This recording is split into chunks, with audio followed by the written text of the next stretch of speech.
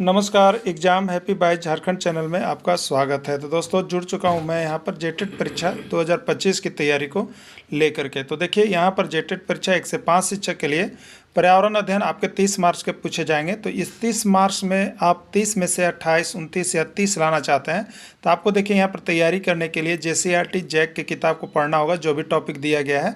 तो हम आप सभी के लिए यहाँ पर JCERT जैक की किताब से टॉपिक को निकाल करके हैंड रिटेन नोट्स बनाते हैं और आपको देते रहते हैं, चाहे वो पर्यावरण अध्ययन का हो, चाहे वो गणित का हो, चाहे वो CDP का हो, हिंदी, अंग्रेजी या अन्य सब्जेक्ट जो भी हो, सारे सब्जेक्ट का यहाँ पर आपको नोट्स PDF और साथ में वीडियो क्लासेस दी जा रही है।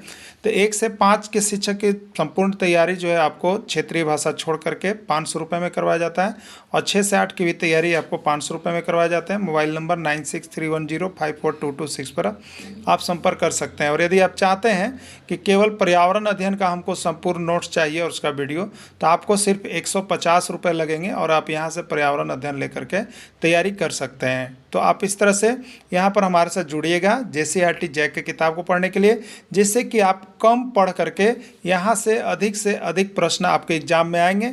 क्योंकि इसके आगे भी जैक का परीक्षा हुआ है, जहाँ से पर्यावरण अध्ययन का बहुत सारे प्रश्न एक चैप्टर से 2-2 प्रश्न भी आए हुए थे। जैक ने अपने ही किताब से पूछा था, उसी किताब का हम यहाँ पर नोट्स आपको बना रहे हैं। तो आप सभी जुड़ जाइएगा। चलिए देखते हैं। भोजन पाठ का मास्टर वीडियो होगा, महामैराथन क्लास होगा, जिसमें आपको इसके पहले यहाँ पर 9 पार्ट में बताया गया है। वही 9 पार्ट को यहाँ पर एक ही वीडियो में समाहित कर दिया गया है। इसको आप लोग अवश्य देख लीजिएगा। जंतु जो केवल हरे पौधे को खाते हैं कहलाते हैं, क्या कहलाते हैं? ठीक है, शाकाहारी, हर्बीवोरस, मांसाहारी, कॉर्निवोरस, सर्वाहारी, ओमनीवोरस। ठीक है, याद रखिएगा। कभी कभी ये वर्ड अब नहीं दे रहा है, ये वर्ड दे रहा है, इसलिए इसको भी दिमाग में बैठाइएगा। इसीलिए आपको हमने बता दिया यहाँ पर। हर्बीवोरस, ह से हरा घास शाकाहारी, कॉर्निवोरस, C कैट से बिल्ली मांसाहारी, ओमनीवोरस जो दोनों सर्वाहारी। ठीक है, तो जो केवल घास को खाते हैं, हरे पौधे को खाते हैं, हरा चीज को, ह से हर्बीवोरस तो क्या हो जाएगा? शाकाहारी हो जाएगा। ठीक है, किस चीज़ श्रेणी में जाएगा? शाकाहारी श्रेणी में जाएगा। और देखिए कब आया है तो आप इसको देख लीजिए। HTET हरियाणा शिक्षक पात्रता परीक्षा 2015 का प्रश्न है। देखिए हम आपको बता देते हैं, हम जो नोट्स बना रहे हैं आपको यहाँ पर आपके लिए स्पेशल बना रहे हैं। और ये जो है आपको बहुत कम प्रश्न इसमें मिलेगा। अगर आप कोई गाइड उठ खरीदे हैं ना, तो आप देखिएगा पढ़ते पढ़ते थक जाएगा। लेकिन यहाँ हम सिर्फ आपको 15 से 20 टॉपिक का PDF देंगे और देखिएगा वहाँ से 30 में 25 से 30 प्रश्न एकदम आ जाता है। अगला बार अभी जैक जो एग्जाम लिया था ना आकलन का, एक पार्ट से देखिएगा 2-2 को प्रश्न भिड़ा था, एक पार्ट से। लेकिन विश्वास नहीं था लोगों को, बहुत कम लोग देखे। लेकिन जो देखें वो जरूर कमेंट किए कि सर आपका नोट से आया था। इसलिए विश्वास करके पढ़िएगा। ठीक है, और अगर देखिए पूरे तैयारी आप कर रहे हैं तो आपको तो हम 500 रुपया में ही करवा दे रहे हैं PDF नोट्स वीडियो के साथ। और केवल EVS से आप केवल लेना चाहते होंगे तो आपको 150 रुपया में पूरा EVS का नोट्स और वीडियो दोनों दे दिया जाएगा। ठीक है, तो आप यहाँ से भी तैयारी कर सकते हैं। पूरे EVS में 30 में 25 तो आने की पूरी गारंटी होगी, आप खाली देख लीजिएगा यहाँ से। तो ठीक ना। चलिए, शाकाहारी जीव का उदाहरण है, आपको बताना है कि इसमें कौन शाकाहारी जीव का उदाहरण है। गाय, बकरी, हिरन, खरगोश या सभी। ठीक है, तो गाय क्या होता है? सिर्फ हरा घास को खाते हैं, इसलिए ये भी शाकाहारी है। बकरी सिर्फ हरे घास हरे पत्तियों को खाती है, इसलिए यह भी शाकाहारी है। हिरन भी हरे घास पत्तियों को खाती है, शाकाहारी। खरगोश भी हरे चीज़ों पर निर्भर करते हैं, इसलिए शाकाहारी। यानी राइट आंसर इसका ये होगा सभी। कहाँ पर आया?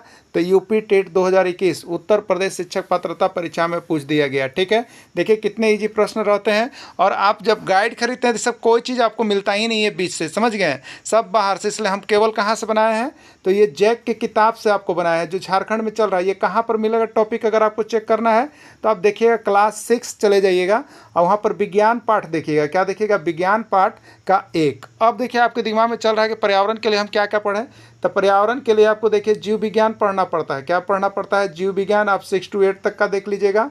और भूगोल, खास करके भूगोल भी आप 6 से 8 तक का देख लीजिएगा। ठीक है, अब रही बात कि आपको टॉपिक जो दिया है पहले उसको देख लीजिए, बाकी आपका एक भी प्रश्न न छूटे इसके लिए यहाँ पर जीव विज्ञान 6 to 8 तक देख लीजिए और भूगोल 6 to 8 तक देख लीजिए, और थोड़ा सा कभी कभी राजनीति शास्त्र का टॉपिक होता है क्लास 6 का देख लीजिएगा।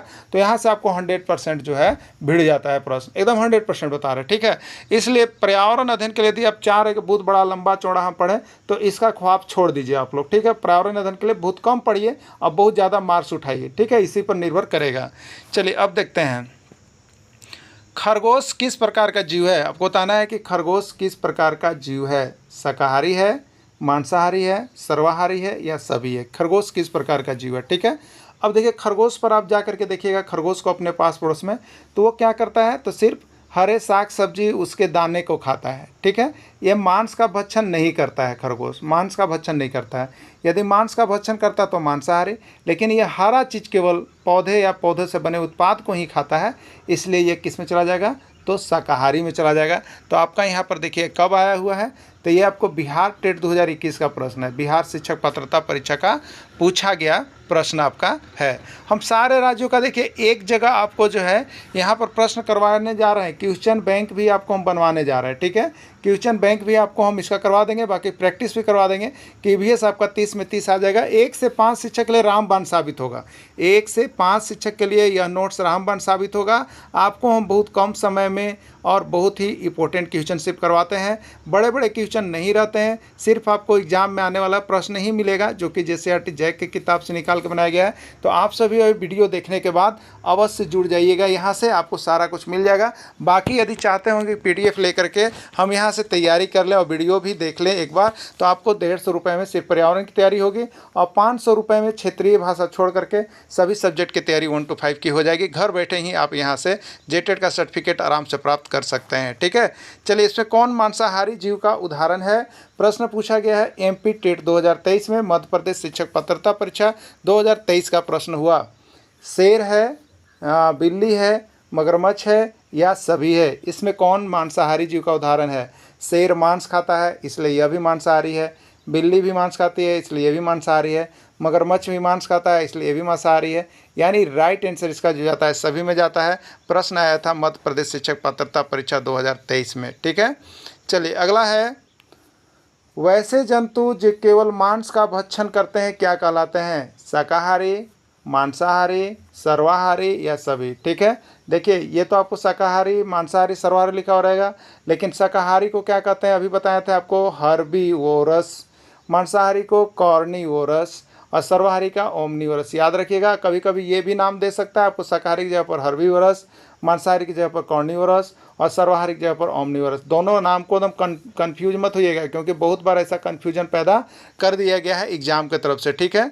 तो वैसे जंतु जो केवल मांस का भक्षण करते हैं उसको हम लोग क्या कहते हैं, मांस का भक्षण करने वालों को मांसाहारी, और इसी का नाम हो जाएगा कॉर्निवोरस। क्या हो जाएगा, कॉर्निवोरस, ठीक है। कॉर्नी में CAT, कैट, कैट मीन्स बिल्ली, जो बिल्ली को खाएगा, बिल्ली मांस है इसलिए मांसाहारी में चला जाएगा कॉर्निवोरस, ठीक है। इसमें कौन मांसाहारी जीव नहीं है, इसमें कौन मांसाहारी जीव नहीं है। आपका प्रश्न आया हुआ है MP टेट में 2021 में, ठीक है।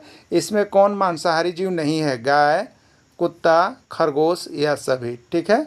इसमें कौन मांसाहारी जीव नहीं है। गाय क्या चीज़ है बताइए, तो गाय केवल हरे घास को खाते इसलिए शाकाहारी है। अब खरगोश क्या है बताइए, तो खरगोश केवल जो है हरे घास या उससे हरे साग सब्जियों से बने उत्पादों खाता है इसलिए शाकाहारी है।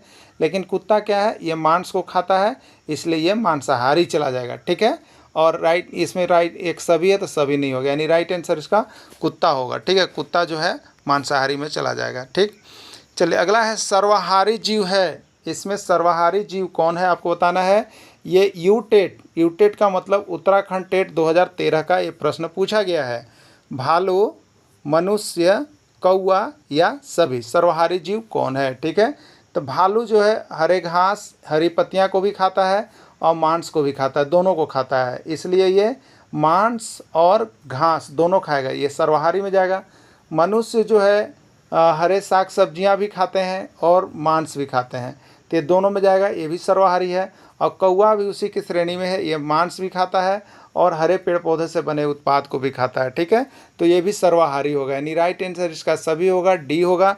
और देखिए उत्तराखंड टेट 2013 का प्रश्न आया हुआ था। ठीक है, हम सारे राज्यों के इसमें जितना टॉपिक होगा उसको बताएंगे, लेकिन आपको बता देते हैं भोजन जो पाठ है वो बहुत बड़ा पाठ है, लेकिन यहाँ से प्रश्न कम से कम 4 से 5 प्रश्न एग्जाम में आ जाता है, आपको बता दे रहे हैं।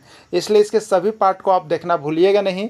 यह जो है आपको अभी पहला पार्ट है, यह क्या है, पहला पार्ट है, खंड 1 है और टॉपिक 2 है, भोजन चल रहा है। इसके पहले यदि आपने इसके चैप्टर का पहला टॉपिक परिवार और पड़ोस को नहीं देखा है तो आप सभी उसका भी नोट्स और PDF ले लीजिएगा, सारा कुछ बन गया है। वहाँ से कम 2 प्रश्न, एक प्रश्न आपके एग्जाम में रहते हैं और उस नोट से बाहर नहीं होगा। इसीलिए हम आपके लिए यहाँ पर आपके लिए लगातार प्रयास करते रहते हैं और हैंड रिटेन नोट्स हाथ से लिख करके किताब के बीच बीच से हम लेकर के आते हैं। ठीक है, तो आप सभी जरूर जुड़िएगा। जिनके पास JCRT JEE की किताब नहीं है, अगर किताब है तो किताब से और भी डीप पढ़ लीजिएगा। ठीक है, चलिए अगला है, वैसे जीव जो मांस और घास दोनों खाते हैं क्या कहलाते हैं? शाकाहारी, मांसाहारी, सर्वाहारी या सभी? ठीक है, तो मांस और घास दोनों के लिए होता है ओमनीवर्स। क्या होता है? ओमनीवर्स। तो उसको हम लोग सर्वाहारी कहेंगे, ओमनीवर्स कहेंगे। ठीक है, तो तत्व तो कौन कौन है? कार्बोहाइड्रेट, प्रोटीन, वसा या सभी? आप सभी का भी आंसर सही आ रहा है।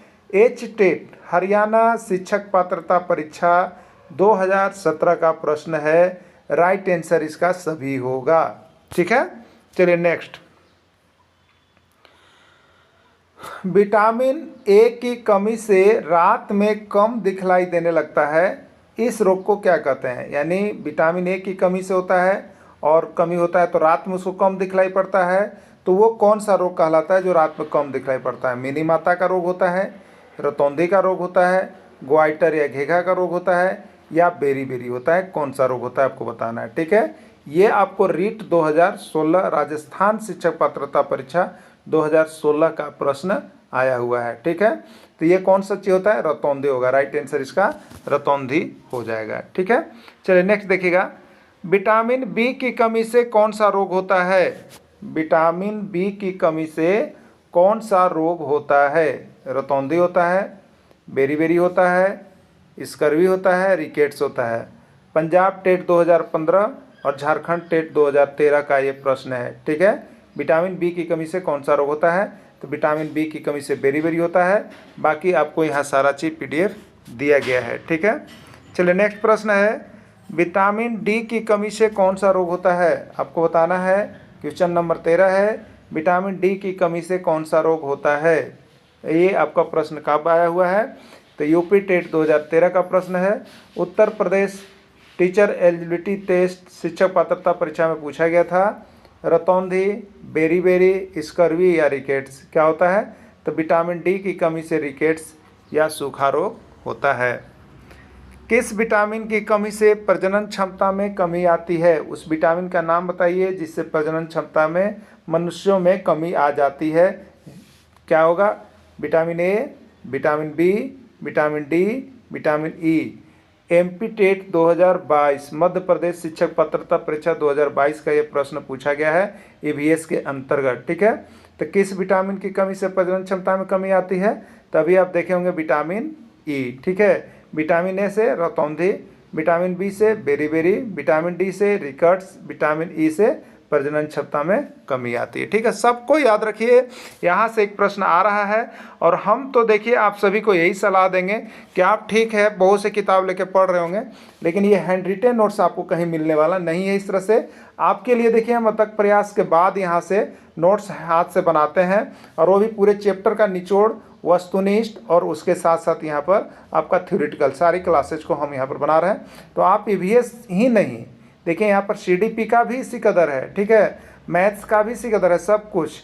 तो आप 1 to 5 के लिए देखिए पूरे एडमिशन लेंगे तो आपको सिर्फ यहाँ पर जो है 500 रुपये में क्षेत्रीय भाषा छोड़ करके आपका एडमिशन अभी चल रहा है। ठीक है, हो सके कि यह बाद में 1000 रुपया हो जाए, लेकिन अभी 500 में चल रहा है, तो आप ऑफर का लाभ जरूर उठाइए और जल्द से जल्द जुड़ जाइए। ठीक है, और एक केवल सेशन लेना चाहते हैं तो 150 रुपया में आपको मिल जाएगा। केवल EVS चाहते हैं तो 150 रुपया में ले सकते हैं और यहाँ पर पढ़ सकते हैं। ठीक है, किस विटामिन की कमी से रक्त का थक्का नहीं बनता है? किस विटामिन की कमी से रक्त का थक्का नहीं बनता है? Vitamin A, vitamin B, vitamin D, vitamin K. ठीक है, देखिए कितना बार ये प्रश्न पूछ गया, देख लीजिए। सीजी टेट, छत्तीसगढ़ टेट में पूछा, एमपी टेट में पूछा, उत्तराखंड टेट में पूछा। ठीक है, अब देखिएगा तो विटामिन ए से क्या होता है, अभी आपको बताया गया था, रतौंधी होता है। विटामिन बी से बेरी होता है। विटामिन डी से रिकेट्स होता है। अब विटामिन के देखिए, जिस आदमी का विटामिन के का कमी होता है तो उसका खून रुकवे नहीं करता, इतना पतला खून होता है कि वो बहते रहता है। अगर देखिए खून कहीं भी निकल रहा है, खून कहीं भी निकल रहा है, अगर वो रक्त का थक्का नहीं बनेगा तो वो खून बहना बंद नहीं होगा। ठीक है, अब रक्त का थक्का, तो किसी का खून पतला होता है, जैसे मान लीजिए कि किसी तरह से गिर जाने पर उसका कहीं हाथ उत कट जाए या कहीं पैर कट जाए या माथा कट जाए, तो क्या होता है, ब्लडिंग जब होता है तो पानी के जैसा होते रहता है। तो ये क्या होता है ना कि के की कमी है उसको, और ये पानी पूरा ब्लड के साथ, तो उसका ब्लड पूरा ही निकल जाएगा। थक्का अगर बनेगा तब तो खून रुक जाएगा, लेकिन थक्का बना नहीं, इसलिए ब्लड पूरा निकल जाएगा। तो आपको समझिए क्या होगा, रक्त का थक्का नहीं बनेगा तो मौत भी हो सकती है। इसलिए वो विटामिन के है जिसकी कमी से किसी का खून पतला होता है, रक्त का थक्का नहीं बनता है। ठीक है, विटामिन के। ऊर्जा देने वाला भोजन किस पोषक तत्व को कहा जाता है? देखिए, बिहार टेट 2022 में यहाँ पर पूछ दिया कि ऊर्जा देने वाला भोजन किस पोषक तत्व को कहा जाता है? कार्बोहाइड्रेट को, प्रोटीन को, वसा को, या ए और सी दोनों को। ठीक है, तो देखिए आप देख रहे हैं कार्बोहाइड्रेट और वसा, इसको ऊर्जा देने वाला भोजन कहते हैं, इसीलिए इसको ऊर्जावर्धक भोजन भी कहते हैं। ठीक है, तो ए और सी दोनों ऑप्शन होगा, यानी डी इसका राइट आंसर हो जाएगा। डी इसका राइट आंसर हो जाएगा। शरीर वर्धक भोजन किसको कहा जाता है? शरीर वर्धक भोजन, शरीर बढ़ने वाला भोजन कौन होता है? कार्बोहाइड्रेट होता है, प्रोटीन होता है, वसा होता है, या रुचांश होता है। ठीक है, देखिए कार्बोहाइड्रेट और वसा ये क्या है? ऊर्जा देने वाले, शरीर को ऊर्जा प्रदान करते हैं, ऊर्जावर्धक भोजन है। लेकिन प्रोटीन क्या चीज़ है बताइए? प्रोटीन, तो प्रोटीन आपका जो है शरीर वर्धक भोजन है। ये कौन सा भोजन है? शरीर वर्धक भोजन है प्रोटीन। ठीक है, तो प्रोटीन को शरीर वर्धक भोजन कहा जाता है। अगला है, शरीर दुबला पतला हो जाता है। शरीर दुबला पतला हो जाता है और पेट फूल जाता है, किस रोग की पहचान है? शरीर दुबला पतला हो जाता है और पेट फूल जाता है, किस रोग की पहचान है? सूखा रोग, पायरिया रोग, मोटापा, या घेघा रोग। ठीक है, तो शरीर दुबला पतला हो जाता है और पेट फूल जाता है या हाथ पैर टेढ़ा हो जाता है, ये जो है आपको सूखा रोग का पहचान है। पायरिया रोग आपका दांत किससे संबंधित है? मोटापा शरीर का फूलने से संबंधित है। और घेघा रोग गले की ग्रंथि ग्वाइटर से संबंधित है। और जेटेड 2016 का ये प्रश्न है। ठीक है, चलिए अगला देखिएगा। विटामिन ए का सर्वोत्तम स्रोत क्या है? आपको बताना है विटामिन ए का सबसे अच्छा स्रोत क्या है? टमाटर, गाजर, मूली, या मिर्ची। ठीक है, तो विटामिन ए का सर्वोत्तम स्रोत जो है वो आपका गाजर है। उत्तर प्रदेश शिक्षक पात्रता परीक्षा 2019 का प्रश्न है, राइट आंसर इसका गाजर होगा। आंवला में सर्वाधिक मात्रा में कौन सा विटामिन पाया जाता है? Vitamin A, vitamin B, vitamin C, vitamin D. ये उत्तराखंड टेट 2017 का प्रश्न पूछा गया है आप लोगों का। तो देखिए, आंवला में सर्वाधिक मात्रा में कौन सा विटामिन पाया जाता है? तो आंवला में सर्वाधिक मात्रा में विटामिन सी पाया जाता है और इसमें साइट्रिक एसिड होता है। ठीक है, घाव भरने वाला विटामिन किसे कहते हैं? प्रश्न, घाव भरने वाला विटामिन किसे कहते हैं? ये भी प्रश्न आया हुआ है। मध्य प्रदेश शिक्षक पात्रता परीक्षा 2019 में पूछा गया है। तो हम सारे राज्यों के शिक्षक पात्रता परीक्षा में जो प्रश्न पूछे गए हैं उसको हम ले करके आपके लिए भर के आ रहे हैं। ठीक है, तो आप सभी जल्द से जल्द यहाँ पर EVS का नोट्स ले लीजिएगा। यदि आप 30 में 28-25 लाना चाहते होंगे तब सब सब्जेक्ट का इसी तरह से नोट्स बना हुआ है। साथ में आपको प्रीवियस ईयर क्वेश्चन बैंक भी हम इसका करवाएंगे विभिन्न राज्यों में जो आया हुआ है। ठीक है, तो घाव भरने वाला विटामिन किससे कहते हैं? Vitamin A, vitamin B, vitamin C, या विटामिन डी। ठीक है, तो घाव भरने वाला विटामिन जो है हम लोग किसको कहते हैं? विटामिन सी को कहते हैं घाव भरने वाला विटामिन। तेजी से बनने वाला विटामिन है, तेजी से बनने वाला विटामिन है vitamin A, vitamin B, vitamin C, vitamin D. Chhattisgarh TET 2020 का आया हुआ प्रश्न है। ठीक है, तो कौन हमें शरीर में विटामिन बनता है? तो सूरज के प्रकाश की उपस्थिति में हम लोगों को मिलता है विटामिन डी, इसलिए तेजी से बनने वाला विटामिन का नाम हो जाएगा विटामिन डी हो जाएगा। ठीक है, अगला प्रश्न है, बांझपन और नपुंसकता विकार किस विटामिन की कमी से होता है? बांझपन, स्त्रियों में बांझपन और पुरुषों में नपुंसकता का जो रोग होता है वो किस विटामिन की कमी से होता है? प्रश्न नंबर 23 आपका हो गया। ये उत्तराखंड टेट 2017 में पूछा है और यूपी टेट उत्तर प्रदेश का जो टेट है वहाँ 2019 में पूछा है। ठीक है, विटामिन ए है, विटामिन ई है, विटामिन सी है, विटामिन के है। ठीक है, विटामिन ए से क्या होता है? रतौंधी। विटामिन ई से प्रजनन क्षमता में कमी। ठीक है, तो ये बांझपन को भी प्रजनन क्षमता में कमी होती है और जो व्यक्ति नपुंसक हो जाते हैं उनका भी प्रजनन क्षमता में कमी हो जाता है। ठीक है, तो इसलिए इसका राइट आंसर बी यानी विटामिन ए की कमी से होता है। ठीक है, विटामिन सी की कमी से स्कर हुई और के की कमी से रक्त का थक्का नहीं बनता है, यही चीज़ था। तो राइट आंसर हो जाएगा विटामिन ई। कौन ऊर्जा का स्रोत नहीं है? इसमें कौन जो है ऊर्जा का स्रोत नहीं है आपको बताना है। प्रोटीन, कार्बोहाइड्रेट, वसा या विटामिन। ठीक है, तो ये सभी हमें ऊर्जा देते हैं, लेकिन विटामिन हमारे शरीर को ऊर्जा नहीं देते हैं बल्कि रोग प्रतिरोधक शक्ति से लड़ने की क्षमता केवल प्रदान करते हैं। एमपी टेट 2021 में और सीजी टेट 2018 में ये प्रश्न निकला हुआ है, आया हुआ है, आप सभी देख लीजिएगा। विभिन्न राज्यों के शिक्षक पात्रता परीक्षा का प्रश्न बनाना चाहते हैं तो वो भी आपको हमारे चैनल पर मौजूद है। तो आप यहाँ पर हमारे मोबाइल नंबर देख रहे होंगे 9631054226 पर संपर्क करके जेटेट में 100% स्कोर करने के लिए यहाँ से सारे नोट्स पीडीएफ लेकर पढ़ना कभी मत भूलिएगा। ठीक है, तो दूध में कौन सा विटामिन नहीं होता है? ठीक है, vitamin A, vitamin B, vitamin C, vitamin D, कौन सा विटामिन नहीं होता है? बिहार टेट 2023 का ये प्रश्न आया हुआ है। तो vitamin A, vitamin B, vitamin D. देखिए दूध में जो है आपको विटामिन सी नहीं मिलता है। दूध में कौन सा विटामिन नहीं होता है? विटामिन सी नहीं होता है। राइट आंसर इसका सी हो जाएगा, विटामिन सी। खट्टे फलों में कौन सा विटामिन प्रचुर मात्रा में पाया जाता है? खट्टे फलों में कौन सा विटामिन प्रचुर मात्रा में पाया जाता है? Vitamin A, vitamin B, vitamin C, vitamin D. ये एमपी टेट 2016 का प्रश्न है, मध्य प्रदेश शिक्षक पात्रता परीक्षा 2016 का। ठीक है, तो खट्टे फलों में कौन सा विटामिन प्रचुर मात्रा में पाया जाता है? तो ये विटामिन सी पाया जाता है। क्या पाया जाता है? विटामिन सी पाया जाता है। ठीक है, चलिए अगला। दूध में प्रोटीन किस रूप में पाया जाता है? दूध में जो प्रोटीन होता है वो किस रूप में पाया जाता है? एल्बुमिन के रूप में, कैसिन के रूप में, मायोसिन के रूप में या ब्यूटिन के रूप में। ठीक है, तो दूध में क्या पाया जाता है? कैसिन पाया जाता है और यही कैसिन जो है हमको किस रूप में मिलता है? प्रोटीन के रूप में पाया जाता है। ठीक है, तो दूध में प्रोटीन किस रूप में पाया जाता है? कैसिन के रूप में पाया जाता है। विटामिन डी की प्राप्ति होती है, विटामिन डी की प्राप्ति होती है किससे? गन्ने का रस, संतरे का रस, सूर्य का छाया, सूर्य के प्रकाश से।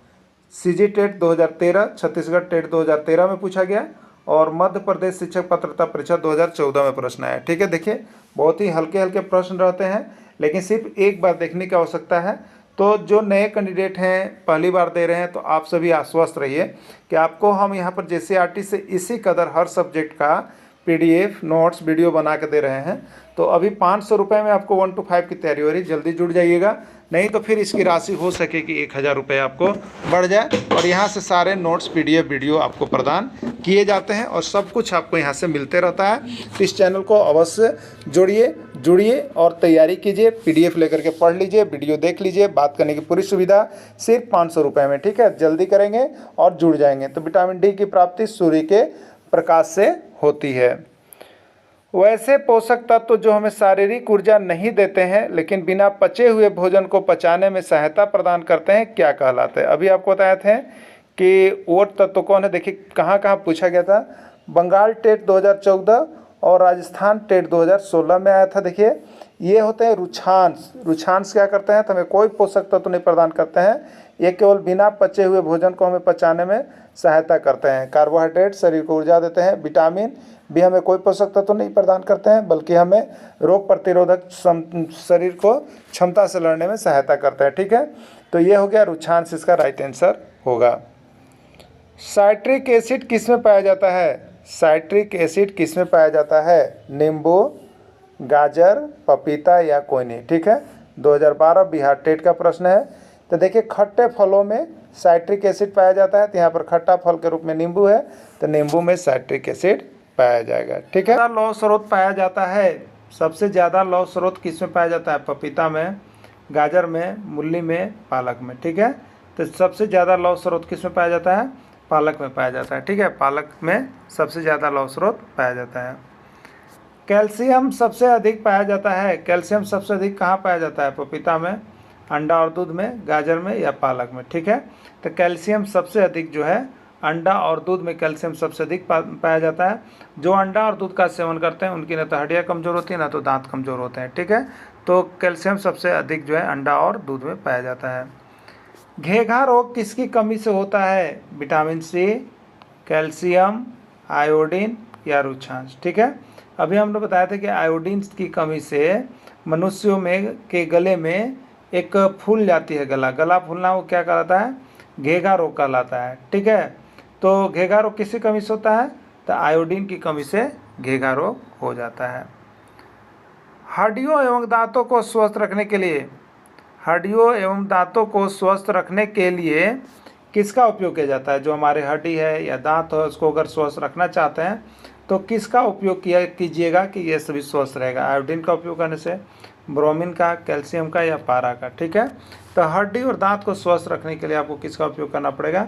कैल्शियम का उपयोग करना पड़ेगा। कैल्शियम सबसे महत्वपूर्ण यहाँ पर तत्व है। ठीक है, अगला, लौह तत्व की कमी से कौन सा रोग होता है? बताना है, लौह तत्व की कमी से कौन सा रोग होता है? रक्तप्लता, एनीमिया, घेघा या रतौंधी। ठीक है, अगर लौह तत्व की कमी से होगा तो एनीमिया, और लौह तत्व की अधिकता से होगा तो रक्तप्लता। ठीक है, याद रखिएगा, अधिकता से रक्तप्लता और कम से एनीमिया नामक रोग होता है। दोनों प्रश्न पूछा गया है। घेघा जो है आयोडीन की कमी से होता है और रतौंधी जो है विटामिन ए की कमी से होता है। क्लियर? चलिए अगला देखिएगा, दांत कमज़ोर हो जाना, खून का बहना किस रोग में होता है? ये सब प्रक्रिया, दांत कमज़ोर हो गया है, खून बह रहा है, किस रोग में होता है? किस रोग से होता है? सूखा रोग, पायरिया रोग, घेघा रोग या मोटापा। ठीक है, दांत कमज़ोर हो जाना और खून का बहना, यह जो है पायरिया रोग से जुड़ा हुआ है। किस रोग से जुड़ा हुआ है? दांत का रोग जो है पायरिया रोग से जुड़ा हुआ है। अगला प्रश्न है, शरीर का फूल जाना किस रोग की पहचान है? हमारा शरीर जो है अनावश्यक फूल जाता है, वो किस रोग का पहचान है? मोटापा का, पायरिया का, सूखा का या घेघा का। ठीक है, तो पायरिया रोग दांतों में होते हैं। ठीक है, सूखा रोग जो होता है विटामिन डी की कमी से, और घेघा रोग आयोडीन की कमी से। तो शरीर का फूल जाना जो होता है वो किस रोग का पहचान है? मोटापा रोग का पहचान है शरीर का फूल जाना। ठीक है, तो उसका राइट आंसर मोटापा होगा। भोजन पकाने में कौन सी विटामिन नष्ट हो जाती है? देखिए, भोजन पकाना जो है उसमें विटामिन नष्ट होती ही होती है। कौन सी होती है? तो vitamin A, vitamin B, vitamin C, vitamin K. ठीक है, तो भोजन पकाने में जो ऑथेंटिक माना जाता है वो होता है कि विटामिन सी जो है नष्ट हो जाता है। ठीक है, भोजन पकाने में क्या होता है? विटामिन सी नष्ट हो जाता है। अगला प्रश्न है, रीता कच्चा भोजन नहीं करती है, वह हमेशा पका हुआ भोजन ही खाना पसंद करती है। पका हुआ भोजन करने से रीता को क्या लाभ मिलता है? यूटेट में आया हुआ प्रश्न है और यूपी टेट में भी पूछा हुआ प्रश्न है। ठीक है, दोनों जगह ये पूछा गया, इसीलिए हम आपको बना दिए हैं। भोजन स्वादिष्ट बन जाता है, भोजन में उपस्थित सारे रोगाणु भोजन पकाने के बाद रक्त समाप्त हो जाते हैं। कच्ची अवस्था में खाया गया भोजन पचने योग्य नहीं होता है, पकाने पर भोजन सुपाच्य बन जाता है, या उपयुक्त सभी। ठीक है, कौन सा लाभ है? तो भोजन स्वादिष्ट बन जाता है। ठीक है, रीता कच्चा भोजन नहीं करती, वो हमेशा पका हुआ भोजन खाना पसंद करते हैं। पका हुआ भोजन करने से रीता को क्या लाभ मिलता है? तो पहला चीज़ तो भोजन स्वादिष्ट बन जाता है, ये भी सही है। ये भी सही है कि भोजन क्या होता है? स्वादिष्ट बन जाता है। ठीक है, दूसरा ऑप्शन, भोजन में उपस्थित सारे रोगाणु भोजन पकने के बाद स्वतः समाप्त हो जाते हैं, ये भी बिल्कुल ऑप्शन सही है कि रोगाणु उसमें जो है जो कच्चे हैं वो रहते हैं उसमें, लेकिन जब हम गर्म करते हैं तो वो नष्ट हो जाते हैं। तीसरा ऑप्शन है, कच्ची अवस्था में खाया गया भोजन पचने योग्य नहीं होता है, पकाने पर भोजन सुपाच्य बन जाता है। ठीक है, तो भोजन पकाने पर भोजन सुपाच्य हो जाता है, यानी राइट आंसर इसका डी होगा, उपयुक्त सभी होगा, इसमें सभी सही हैं। ठीक है, चलिए अगला देखिएगा, श्याम प्रतिदिन भोजन में आवश्यक सभी पोषक तत्व लेता है। श्याम किस प्रकार का आहार ले रहा है? श्याम जो है अपना भोजन में आवश्यक मात्रा में सभी पोषक तत्व समान अनुपात में ले रहे हैं, तो श्याम किस प्रकार का आहार लेता है? संतुलित आहार लेता है, असंतुलित आहार लेता है, असामान्य आहार लेता है या कोई नहीं, ठीक है। तो श्याम प्रतिदिन भोजन में सभी पोषक तत्व ले रहा है, इसलिए वो कौन सा आहार ले रहा है? संतुलित आहार ले रहा है। क्या ले रहा है? संतुलित आहार ले रहा है ना। तो संतुलित आहार ले रहा है, ये आपका रीजन हो जाएगा। आयोडीन की प्राप्ति कहाँ कहाँ से होती है? आपको बताना है कि आयोडीन कहाँ कहाँ से प्राप्ति होती है। ये यू टेट, MP टेट और राजस्थान आर्ट टेट, तीनों जगह का ये प्रश्न है, ठीक है। आयोडीन की प्राप्ति कहाँ से होती है? मछली से, आयोडाइड नमक से, समुद्री उत्पाद से, या सभी। तो राइट आंसर हो जाएगा इसका सभी, ठीक है, क्योंकि मछली से भी प्राप्ति होता है, आयोडाइड नमक से भी होता है, समुद्री उत्पाद से भी होता है, ठीक है। चलिए अगला देखिएगा। नमन को भोजन में आवश्यक सभी पोषक तत्व तो नहीं मिल पाता है, वह किस रोग से ग्रसित हो जाएगा आपको बताना है, ठीक है। रतौंधी से, मिनी माता से, कुपोषण से, या आपका है कोई नहीं, ठीक है। तो नमन को भोजन में आवश्यक सभी पोषक तत्व तो नहीं मिल रहा है, वह किस रोग से ग्रसित हो सकता है? तो वह आपका ग्रसित जो होगा वो आपका किससे हो जाएगा? तो कुपोषण का, वह किसका शिकार हो जाएगा? कुपोषण का शिकार हो जाएगा। इसलिए समय रहते इस पर ध्यान देना जरूरी होता है। उत्पादन का कारखाना या खाद्य फैक्ट्री कहलाता है। भोजन उत्पादन का कारखाना या खाद्य फैक्ट्री कहलाता है। सूखी पत्तियाँ, हरी पत्तियाँ, सूखी लकड़ी या हरी लकड़ी, ठीक है। ये देखिए आपका आया हुआ है MP टेट यानी मध्य प्रदेश शिक्षक पात्रता परीक्षा में 2016 में पूछ दिया गया था, ठीक है। तो भोजन उत्पादन का कारखाना या खाद्य फैक्ट्री किसको कहते हैं? तो सूखी पत्तियां जो होती है ये भोजन नहीं बना सकती हैं, सूखी लकड़ी भी नहीं बना सकती, हरी लकड़ी भी नहीं। ये पत्तियां, हरी पत्तियां जितनी भी होती है वो भोजन उत्पादन का कारखाना या खाद्य का फैक्ट्री के नाम से जाना जाता है। प्रश्न आया हुआ है। अगला प्रश्न है, हरे पौधे की पत्तियों में एक प्रकार की संरचना पाई जाती है, कहा जाता है। हरे पौधे की पत्तियों में एक प्रकार की संरचना पाई जाती है जो कहा जाता है हरित लवक, क्लोरोप्लास्ट, A और B दोनों, या कोई नहीं, ठीक है। देखिए जो हरे पौधे होते हैं, आप हरे पौधे उसकी पत्तियां को आप देखते होंगे, ठीक है। इस तरह से अगर पत्ती है देखते होंगे तो इस प्रकार की एक संरचना पाई जाती है, ठीक है। इस प्रकार की एक संरचना पाई जाती है, वो संरचना क्या कहलाता है? हरित लवक, क्लोरोप्लास्ट, A और B दोनों कोण, ठीक है। तो ये जो है देखिए क्लोरोप्लास्ट कहलाता है। क्या कहलाता है? क्लोरोप्लास्ट कहलाता है। और क्लोरोप्लास्ट को दूसरा नाम में हरित लवक भी जाना जाता है।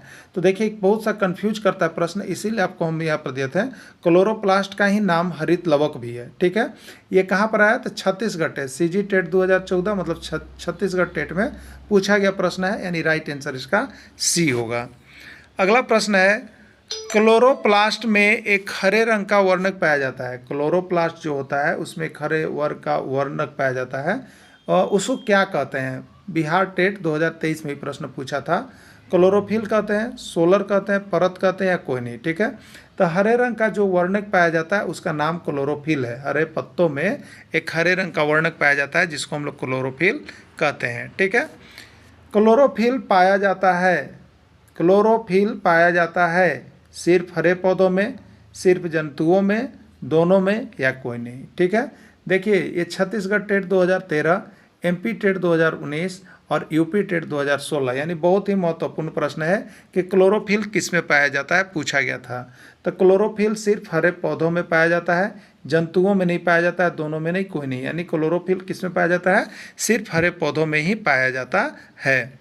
अगला प्रश्न है, हरे पौधे सूर्य के प्रकाश की उपस्थिति में क्लोरोफिल, कार्बन डाइऑक्साइड तथा जल का उपयोग कर भोजन बनाते हैं। इस प्रक्रम को क्या कहते हैं? ठीक है, हरे पौधे जो भोजन बनाते हैं तो भोजन बनाने के लिए उनको सूर्य का प्रकाश का जरूरी पड़ता है, ठीक है, क्लोरोफिल का जरूरी पड़ता है, कार्बन डाइऑक्साइड का जरूरी पड़ता है और जल का पड़ता है, ठीक है। इन सभी का उपस्थिति के बाद जब होता है तो वो भोजन बनाते हैं। तो भोजन बनाने का यह प्रक्रम क्या कहलाता है? प्रकाश वर्णन, ये फिजिक्स का है, प्रकाश विक्षेपण फिजिक्स का है, लेकिन इसको हम लोग कहते हैं प्रकाश संश्लेषण, जो जीव विज्ञान में आपको पढ़ना है, ठीक है। ये प्रकाश संश्लेषण। अब आपको बता देते हैं कि ये पाठ आपको कहाँ मिलेगा पढ़ने को। तो ये पाठ जो आपको देखिएगा जैक का किताब होगा, क्लास 7 ले लीजिएगा, क्लास 7 विज्ञान, बता दे रहे हैं। अगर आपको नोट्स नहीं लेने का मन है तो आप किताब में वहाँ से पढ़ लीजिएगा। क्लास 7 विज्ञान का एक्सरसाइज 1 में ये सारा प्रश्न आपको मिलेगा। लेकिन हम तो देखिए आपके लिए यहाँ पर वहाँ का तो करवाते ही हैं, बीच बीच से सारे इतना प्रश्न को निकाल देते हैं कि आपको अगर JCRT में कहीं से पूछ रहा है तो समझिए कि इस नोट से आ रहा है, बाहर से नहीं जा रहा है, ठीक है, बाहर से जाता ही नहीं है। तो ये देखिए आपको पूछा गया था MP टेट 2016 में, मध्य प्रदेश शिक्षक पात्रता परीक्षा 2016 में पूछा गया था, ठीक है। पोषण की वह विधि जिसमें जीव अपना भोजन स्वयं बना सकता है कहते हैं। पोषण की वह विधि जिसमें जीव अपना भोजन स्वयं बना सकता है कहते हैं, क्या कहते हैं? स्वपोषण, परपोषण, कोई नहीं या सभी, ठीक है। पोषण की वह विधि जिसमें जीव अपना भोजन स्वयं बना सकता है, वो किसी पर निर्भर नहीं रहता है, उसको हम लोग क्या कहते हैं? स्वपोषण कहते हैं। अभी इसके पहले आपने थ्योरी वाले में पढ़ा था। बिहार टेट में ये 2022 में प्रश्न आपको निकल के आया हुआ है। पोषण की वह विधि जिसमें प्राणी अपना भोजन स्वयं नहीं बना सकता है, वह हरे पौधे तथा जंतुओं पर निर्भर रहता है कहलाता है, ठीक है। वह जंतु, वह प्राणी जो अपना भोजन स्वयं नहीं बनाता है, सबसे पहले तो उसको, जो अपने बनाता है उसको स्वपोषण कहते हैं, और जो नहीं बना सकता उसको परपोषण कहते हैं। तो राइट आंसर परपोषण होगा। यूपी टेट 2019 में प्रश्न पूछा गया था। तो ये 49 नंबर प्रश्न हो गया। चलिए 50 नंबर प्रश्न को देख लेते हैं। यहाँ पर अमरबेल उदाहरण है। अमरबेल किसका उदाहरण है आपको बताना है, ठीक है। स्वपोषण का, परजीवी का, हरित लवक का, कोई नहीं, ठीक है। देखिए कितना बार प्रश्न पूछा गया है। यूपी टेट 2016 में, CG टेट 2013 में, जे टेट 2013 में। अमरबेल किसका उदाहरण है, ठीक है। अमरबेल के बारे में अभी हमने आपको बहुत अच्छा तरह से बताया कि अमरबेल जो होता है वो पौधों पर क्या होते हैं, लोग जड़ के रूप में उसको फेंक देते हैं। देखिएगा फेंका हुआ रहता है ऊपर, पीला पीला टाइप के, ऐसी गुच्छा टाइप के लटका हुआ रहता है। ये अमरबेल क्या करते हैं, तो हरे पेड़ पौधों से अपना भोजन लेते हैं, ठीक है। हरे पेड़ पौधे से लेते हैं, ये परजीवी हैं। तो ये परजीवी हैं, तो अमरबेल जो है परजीवी पादप का उदाहरण है, ठीक है। मृतजीवी परपोषी का उदाहरण है। मृतजीवी परपोषी का उदाहरण कौन है? फफूंद, कुकुरमुत्ता, मशरूम या सभी, ठीक है। मृतजीवी परपोषी का उदाहरण इसमें से सभी होंगे। बिहार टेट 2012 का प्रश्न ये हुआ। ऐसे पौधे जो कीटों को अपने भोजन के रूप में ग्रहण करते हैं कहलाते हैं। ऐसे पौधे जो कीटों को अपने भोजन के रूप में ग्रहण करते हैं क्या कहलाते हैं? स्वपोषी पौधा, परपोषी पौधा, कीटभक्षी पौधा या कोई नहीं, ठीक है। तो ऐसे पौधे जो कीटों को अपने भोजन के रूप में ग्रहण करते हैं उसको देखिए हम लोग कीटभक्षी पौधा कहते हैं, ठीक है। आप देखें घटपर्णी को कभी कभी आप जाके ये 7 क्लास में देखिएगा, इस तरह का आपको फिगर मिलेगा, ठीक है, इस तरह का फिगर मिलेगा। यहाँ पर अगर कोई पौधा आता है सीधे, अगर कोई कीड़ा आता है सीधे नीचे को आ जाता है, ठीक है, और ये यहाँ से बंद हो जाता है। तो यही घटपर्णी है, ठीक है, घटपर्णी है। और इस पौधा का नाम है कीटभक्षी पौधा। याद रखिएगा बहुत बार ये पौधा आया हुआ है नाम, घटपर्णी का नाम, ठीक है। और ये उत्तराखंड टेट में 2016 में आया हुआ प्रश्न है, इसलिए आप इसको कंफर्म कर लीजिएगा। ऐसा उस पौधा का नाम बतावें जो कि कीटों को अपने भोजन के रूप में ग्रहण करता है। वह कौन सा पौधा है जो अपने भोजन के रूप में कीट को लेता है? जो भी कीट उसके आसपास आता है उसको भोजन के रूप में कहते हैं। घटपर्णी पौधा या कलश का पौधा या पीचर प्लांट, सब एक ही नाम है। घटपर्णी कहिए या कलश पौधा कहिए या पीचर प्लांट कहिए। वेंडुला, कैंडिला, कोई नहीं, ठीक है। तो ये राइट आंसर ए है, घटपर्णी का पौधा जिसको कलश पौधा या पीचर प्लांट कहते हैं। देखिए कितना इंपॉर्टेंट प्रश्न है। MP टेट में 2021 में, CG टेट में 2016 में, बिहार टेट में 2013 में। देखिए प्रश्न का झड़ी है, इसलिए इसको एकदम भुलाइएगा नहीं, इसको याद करके जाइएगा, ठीक है। कीटभक्षी पौधे कीटों को भोजन के रूप में किस तत्व की आपूर्ति के लिए करते हैं, ठीक है। जो कीटभक्षी पौधे होते हैं जिसको हम लोग यहाँ पर अभी देख रहे थे, ये कीट को अपने भोजन के रूप में लेते हैं। आखिर किसकी पूर्ति के लिए ऐसा कर रहे होते हैं? ऑक्सीजन के लिए, हाइड्रोजन के लिए, नाइट्रोजन के लिए, कोई नहीं, ठीक है। तो कीटभक्षी पौधे कीटों को भोजन के रूप में किसके आपूर्ति के लिए करते हैं? तो नाइट्रोजन। ये उनको नाइट्रोजन का कमी रहता है, इसलिए नाइट्रोजन की पूर्ति के लिए उसका यहाँ पर क्या करते हैं, अपना आहार बनाते हैं, ठीक है। ये CG टेट 2016 में पूछा गया प्रश्न था। अगला प्रश्न है, वायुमंडल में जो नाइट्रोजन का स्थिरीकरण करते हैं उस जीवाणु का क्या नाम है, ठीक है। वायुमंडल में नाइट्रोजन का जो स्थिर करके रखते हैं उस जीवाणु का क्या नाम है? राइजोबियम, नाइट्रोजन, अल्पवियम या कोई नहीं, ठीक है। देखिए CG टेट 2018, MP टेट 2018। तो आप लोग जानते होंगे वायुमंडल में नाइट्रोजन का स्थिरीकरण कौन करते हैं? तो राइजोबियम नामक जीवाणु करते हैं। वायुमंडल में नाइट्रोजन का स्थिरीकरण राइजोबियम नामक जीवाणु करते हैं। ये कहाँ पाया जाता है? तो दलहनी पौधे की जड़ों में, ठीक है। तो इसीलिए कभी कभी आप सुने होंगे कि जो भूमि जो है अनुपजाऊ हो जाती है, तो इसलिए कहा जाता है कि यहाँ पर इस भूमि को उपजाऊ करने के लिए उसमें जो दलहनी पौधे लगा दीजिए, एक बार दलहनी पौधे लगा दीजिए और एक बार जो है वहाँ पर दूसरा पौधा लगा दीजिए। तो क्या करते हैं? वायुमंडल में नाइट्रोजन यानी जमीन में नाइट्रोजन छोड़ देते हैं, जो दूसरे पौधे की पूर्ति होते रहते हैं, ठीक है। तो ये दलहनी पौधे होते हैं जो वायुमंडल में नाइट्रोजन का स्थिरीकरण करते हैं और उसके जीवाणु जो होते हैं उससे पाया जाता है, उसका नाम है राइजोबियम। राइजोबियम को जरूर याद रखिएगा, यहाँ से पर्यावरण अध्ययन में निकल के आता है प्रश्न, ठीक है। अगला प्रश्न है, राइजोबियम नामक जीवाणु पाया जाता है। राइजोबियम नामक जीवाणु पाया जाता है चना मटर, अरहर मूंग, दलहन पौधे सभी, ठीक है। तो हमने अभी बताया था कि राइजोबियम नामक जीवाणु जो है दलहनी पौधों की जड़ों में पाया जाता है और दलहनी पौधे में चना भी दलहन वाले पौधे हैं, दाल वाले पौधे हैं, मटर भी दाल बनता है, अरहर का भी दाल होता है, मूंग का भी दाल होता है, इससे भी दलहनी पौधे हैं, इसलिए इसका राइट आंसर डी होगा। सभी दलहनी पौधों की जड़ों में राइजोबियम नामक जीवाणु पाया जाता है। एमपी टेट 2020 का ये प्रश्न पूछा हुआ है, ठीक है। हरे पौधे द्वारा वातावरण से ली जाने वाली गैस का क्या नाम है? सीजी टेट 2018 में ऑक्सीजन, नाइट्रोजन, कार्बन डाइऑक्साइड, कोई नहीं, ठीक है। तो देखिए आप लोग कभी कभी पढ़े होंगे, हरे पेड़ पौधे जब अपना भोजन बनाते हैं तो क्या करते हैं वायुमंडल में? तो वायुमंडल में कार्बन डाइऑक्साइड होता है, ठीक है। वायुमंडल में कार्बन डाइऑक्साइड होता है और वह हरे पेड़ पौधे अपना भोजन बनाने के लिए क्या करते हैं? उसको ग्रहण करते हैं, ठीक है। तो इसी से लोग कहते हैं, क्या कहते हैं आपको पता होगा, कि पेड़ लगाना चाहिए। क्या करना चाहिए? पेड़ लगाना चाहिए। पेड़ लगाने से क्या होगा? कार्बन डाइऑक्साइड की मात्रा की खपत अधिक होगी, ठीक है। तो है क्या कि देखिए जनसंख्या जहाँ पर ज़्यादा है जहाँ पर जनसंख्या ज़्यादा है वहाँ पर कार्बन डाइऑक्साइड की मात्रा अधिक होगी और कार्बन डाइऑक्साइड की मात्रा अधिक होगी तो वहाँ पर पेड़ पौधा अधिक होना चाहिए। लेकिन होता है जस्ट इसके अपोजिट, जहाँ पर जनसंख्या अधिक है वहाँ कार्बन डाइऑक्साइड अधिक होगा, पेड़ पौधा कम होगा। इसके कारण क्या होगा? वहाँ तापमान अधिक आपको मिलेगा, वहाँ तापमान अधिक होगा, इसलिए शहरों का तापमान बहुत अधिक बढ़ जाता है। जस्ट उसके बने पर आप जैसे देहात में गाँव में घुसते हैं वहाँ का तापमान कुछ न कुछ आपको नॉर्मल देखने को मिलता है, ठीक है। तो यहाँ पर क्या है? हरे पेड़ पौधे द्वारा वातावरण से कौन सी गैस ली जाती है? तो कार्बन डाइऑक्साइड गैस ली जाती है हरे पेड़ पौधों के द्वारा, ठीक है। अगला है, प्रकाश संश्लेषण के उपरांत कौन सी गैस मुक्त होती है? जब हरे पेड़ पौधे यहाँ पर भोजन बना लेते हैं तो भोजन बनाने के बाद भोजन बनाते समय कार्बन डाइऑक्साइड लेते हैं और छोड़ते क्या हैं? तो इसीलिए लोग हरे पेड़ पौधे के नीचे सोते हैं। वे क्या छोड़ते हैं? ऑक्सीजन। क्या छोड़ते हैं? ऑक्सीजन। तो प्रकाश संश्लेषण के उपरांत कौन सी गैस मुक्त होगी? उस गैस का नाम ऑक्सीजन होगा। यूपी टेट 2019 में होगा और ये प्रश्न बहुत ही एमबीबीआई है, ठीक है। देखिए एक बात आपको बता देते हैं, जो अभी तक 1 से 5 के लिए नहीं जुड़े हैं, अगर केवल पर्यावरण अध्ययन लेना चाहते हैं उनको 150 रुपये में पूरे टॉपिक आपको मिलेंगे। और उसके बाद जो है आपको जो पूरे क्लासेज जुड़ करके सभी क्लासेज करना चाहते हैं क्षेत्रीय भाषा छोड़ करके, तो उनको 500 रुपये में 1 से 5 में उनका एडमिशन लिया जाता है, ठीक है। तो आप सभी यहाँ पर 1 से 5 के लिए पर्यावरण अध्ययन, मैथ, CDP, हिंदी, इंग्लिश सभी चीज़ें आपको बताई जाएगी क्षेत्रीय भाषा छोड़ के सिर्फ 500 रुपये में। और नहीं तो आप सिर्फ अगर चाहते हैं कि पर्यावरण का हमको PDF सारा मिले और वीडियो, तो आपको सिर्फ 150 रुपये में यहाँ से दे दी जाएगी, ठीक है। तो ये यूपी टेट 2019 का प्रश्न था।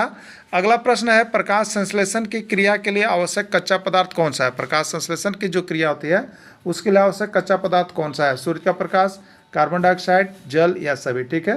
तो हरे पेड़ पौधे के लिए प्रकाश संश्लेषण के लिए हमें सूर्य का प्रकाश का भी हो सकता है, कार्बन डाइऑक्साइड का भी हो सकता है, जल का भी हो सकता है, सभी, यानी इसका राइट आंसर सभी हो जाएगा, ठीक है। राइट आंसर इसका सभी हो जाएगा। प्रकाश संश्लेषण की क्रिया संपादित होती है, ये पंजाब टेट 2015 का प्रश्न है। सूर्य के प्रकाश की उपस्थिति में, छाया में रात के समय, जल की उपस्थिति में या कोई नहीं, ठीक है। तो प्रकाश संश्लेषण की क्रिया कब संपादित होती है? तो ये दिन के समय सूर्य के प्रकाश की उपस्थिति में ही प्रकाश संश्लेषण की क्रिया संपादित होती है। तो इसका राइट आंसर ये हो जाएगा। जंतुओं को किस उद्देश्य से पालते हैं? मनुष्य जो है जंतुओं को किस उद्देश्य से पालते हैं? हरियाणा टेट 2015 का ये प्रश्न पूछा हुआ है।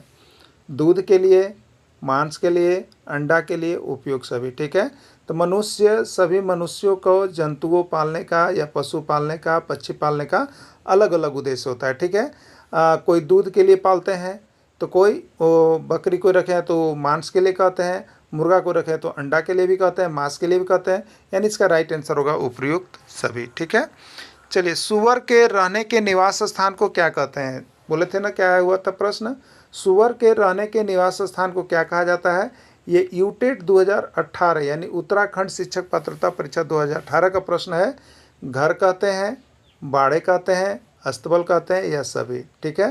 तो सुअर के निवास स्थान को बाड़े कहते हैं, ठीक है। तो आप याद रखिएगा, सुअर बा ऐसे पूछेगा, सुअर बा ऐसे पूछते हैं जाके, सुअर बा, तो सुअर के निवास स्थान बा मतलब बाड़े, ठीक है। घोड़ा के रहने के निवास स्थान को क्या कहते हैं? ठीक है, घोड़ा के रहने के निवास स्थान को क्या कहा जाता है? हरियाणा टेट 2018 में ये प्रश्न पूछा था। बाड़े कहते हैं, अस्तबल कहते हैं, घर कहते हैं या कोई नहीं, ठीक है। तो घोड़ा कहाँ रहता है? अस्तबल में रहता है या घुड़साल में रहता है, ठीक है। राइट आंसर अस्तबल हो जाएगा। इसके पहले के टॉपिक में आपको मिला है। गाय जैसी पशु का आहार है, जो हमारी गाय जो पशु हैं उनकी आहार क्या क्या होता है? सीजी टेट 2021 में देखिए, छत्तीसगढ़ शिक्षक पात्रता परीक्षा 2021 में आया था, हरा चारा, भूसा, खल्ली, कोई नहीं या सभी, ठीक है। तो गाय जैसी पशु का आहार हरा चारा भी है, भूसा भी खाती है, खल्ली भी खाती है, यानी राइट आंसर इसका सभी होगा, डी होगा, ठीक है। घोड़ा का आहार है, बताना है आपको घोड़ा का आहार क्या चीज़ है। ये पी टेट मतलब पंजाब टेट 2019, ठीक है, Punjab teacher eligibility test, Punjab शिक्षक पात्रता परीक्षा 2019 में पूछा गया था, ठीक है। घोड़ा का आहार क्या है? सरसों, राई, चना या मूंग, ठीक है। तो घोड़ा को क्या कहा जाता है, क्या खाते हैं? तो घोड़ा का आहार चना होता है, ठीक है। अगर आप चना खाना है तो घोड़ा बनना है तो चना खाइए, ठीक है। इसलिए ट्रेनिंग में लोगों को क्या खिलाया जाता है? चना खिलाया जाता है, ठीक है। हाथी जैसे पशु का आहार है, हाथी जैसे जो पशु हैं उनका आहार क्या है? ये देखिए, एमपी टेट 2015 का प्रश्न था, ठीक है। हरी पत्तियाँ खाते हैं, टहनियाँ खाते हैं, महुआ खाते हैं, सभी, ठीक है। तो हाथी जैसे पशु जो है हरी पत्तियाँ को भी खाते हैं, उसकी टहनियाँ को भी खा जाते हैं, महुआ को भी खा जाते हैं, यानी राइट आंसर इसका सभी हो जाएगा, ठीक है। अगला प्रश्न है, मुर्गी खाती है, रीट 2016 यानी राजस्थान शिक्षक पात्रता परीक्षा को रीट नाम दिया जाता है, 2016 का प्रश्न है। हरी पत्ती, दाना, घास या कोई नहीं, ठीक है। तो मुर्गी क्या खाती है? तो मुर्गी दाना खाती है, क्लियर। अमीबा अपना भोजन किस विधि के द्वारा करता है? अमीबा देखिए जो होता है अमीबा पेरेसियम जिसको हम लोग कहते हैं, वो अपना विभिन्न जंतुओं किस विधि द्वारा भोजन करते हैं, जो आया है उसको भी हमने यहाँ पे आपके बीच रख दिया है। तो आप सभी देखिए, इधर उधर भटकिएगा नहीं तो हम जैसा अभी देख रहे हैं बहुत से चैनल पर इतने सारे ग्रंथ ले के लोग पढ़े हुए हैं कि जहाँ देख देख के आप बोर हो जाइएगा, ठीक है। ज़्यादा नहीं पढ़ना है, कम पढ़ना है और ज़्यादा प्रश्न आना है। जेसीईआरटी किताब पढ़ना है, नहीं तो जेसीईआरटी का नोट्स पढ़ना है। आपको बता देते हैं कि ईवीएस में सिर्फ 300 अगर प्रश्न आपको देख लीजिएगा तो यहाँ से 30 को नंबर भिड़ जाएगा, लेकिन वहाँ 3000 प्रश्न आप देखिएगा ना तो 3 को प्रश्न भी नहीं भिड़ेगा प्रैक्टिस सेट में, आपको हम बता दे रहे हैं, ठीक है। इसलिए अपना समय नहीं गवाइएगा व्यर्थ का, और यहाँ से ही तैयारी आप कीजिएगा जो नोट्स आपका बना हुआ है, ठीक है। तो अमीबा अपना भोजन किस विधि के द्वारा करते हैं? बताना है, कुटपाद विधि के द्वारा, मकरंद चूसकर, अनाज के दाने तक कीड़े मकोड़ों को पकड़कर, या कुतर कर, ठीक है। तो मकरंद चूसकर कौन अपना भोजन बनाता है? मधुमक्खी। अनाज के दाने तक कीड़े मेड़े को पकड़कर कौन खाता है? मुर्गा मुर्गी सब। और कुतर कर कौन करता है? तो चूहा करता है, यानी एक बचा कुटपाद विधि। तो अमीबा अपना भोजन किस विधि से करता है? कुटपाद विधि से करता है। और ये सीजी टेट 2019 का प्रश्न है, छत्तीसगढ़ शिक्षक पात्रता परीक्षा 2019 का आया हुआ प्रश्न है, ठीक है। अगला प्रश्न है, मधुमक्खी अपना भोजन किस विधि के द्वारा करते हैं? मधुमक्खी अपना भोजन किस विधि के द्वारा करते हैं? यूपी टेट 2018 का प्रश्न है। उत्तराखंड यहाँ पर जो है उत्तर प्रदेश शिक्षक पात्रता परीक्षा 2018 में पूछा गया है। कुतपाट विधि द्वारा, फूलों के मकरंद को चूसकर, कुतर कर, या कोई नहीं, ठीक है। तो देखिए मधुमक्खी क्या करती है? तो मधुमक्खियाँ विभिन्न जगह से फूले पर बैठती है, वहाँ से उसका मकरंद को चूसती है और आ करके क्या करती है? तो वो अपना घोंसला बनाती है और वो मधुमक्खी का छत्ता कहलाता है, और वो फूलों के मकरंद को चूस कर यहाँ पर वो छत्ता बनता है। तो मधुमक्खी अपना भोजन फूलों के मकरंद को चूस कर करती है, ठीक है। चूहा अपना भोज पदार्थ को खाता है। चूहा जो है अपना भोज पदार्थ को किस प्रकार से खाता है? उसके भोजन करने की विधि क्या है? मकरंद है, कुतर कर है, चोंच मार कर है, या कोई नहीं, ठीक है। मकरंद में मधुमक्खी होता है, कुतर कर कौन खाता है? तो आपको पता है चूहा खाता है, ठीक है। तो चूहा अपना भोजन कुतर कुतर कर खाता है। चोंच मार कर कौन खाता है? तो ये मुर्गी या मुर्गा जो भी कहिए ये खाते हैं, ठीक है। तो चूहा अपना भोज पदार्थ को कैसे खाता है? तो ये आपको खाता है कुतर कुतर कर, ठीक है। कहाँ आया हुआ था? तो एचटेट 2016 हरियाणा शिक्षक पात्रता परीक्षा 2016 का यह प्रश्न है। मनुष्य में भोजन का प्रारंभ होता है, मनुष्य जो भोजन करते हैं उसका प्रारंभ कहाँ से होता है? मनुष्य में भोजन का पाचन कहाँ से प्रारंभ होता है? थोड़ा सा ये प्रश्न को कंफ्यूज हो गया है। मनुष्य में भोजन का पाचन कहाँ से प्रारंभ होता है, इस तरह से प्रश्न पूछा गया था, लेकिन यह पाचन छूट गया, ठीक है। तो मनुष्य में भोजन का पाचन कहाँ से प्रारंभ होता है? राजस्थान टेट 2013 से है, मुख से, छोटी आंत से, बड़ी आंत से या किसी से नहीं, ठीक है। तो मनुष्य में भोजन का प्रारंभ मुख से होता है और पाचन भी वहीं मुख से ही शुरू हो जाता है, ठीक है। तो प्रश्न दो प्रकार से पूछ देता है कि मनुष्य में भोजन का प्रारंभ कहाँ से होता है? तो मुख से होता है। और मनुष्य में भोजन का पाचन कहाँ से प्रारंभ होता है? तो भी याद रखिएगा मुख से ही होता है, ठीक है। दोनों प्रश्न आपके लिए इंपॉर्टेंट है। मनुष्य में भोजन का पाचन समाप्त हो जाता है, ठीक है। मनुष्य में भोजन का पाचन शुरू कहाँ से होता है? तो जैसे हम भोजन डालते हैं मुख से शुरू होता है। और समाप्त कहाँ होता है? देखिए ये पंजाब टेट 2012 में पूछा है, समाप्त कहाँ होता है? तो समाप्त जो होता है आपको छोटी आंत में होता है। कहाँ होता है? छोटी आंत में होता है। क्लियर। अगला है, वह प्रक्रिया जिसके द्वारा अपचित खाद्य पदार्थ शरीर से बाहर निकल जाता है क्या कहलाता है? ठीक है।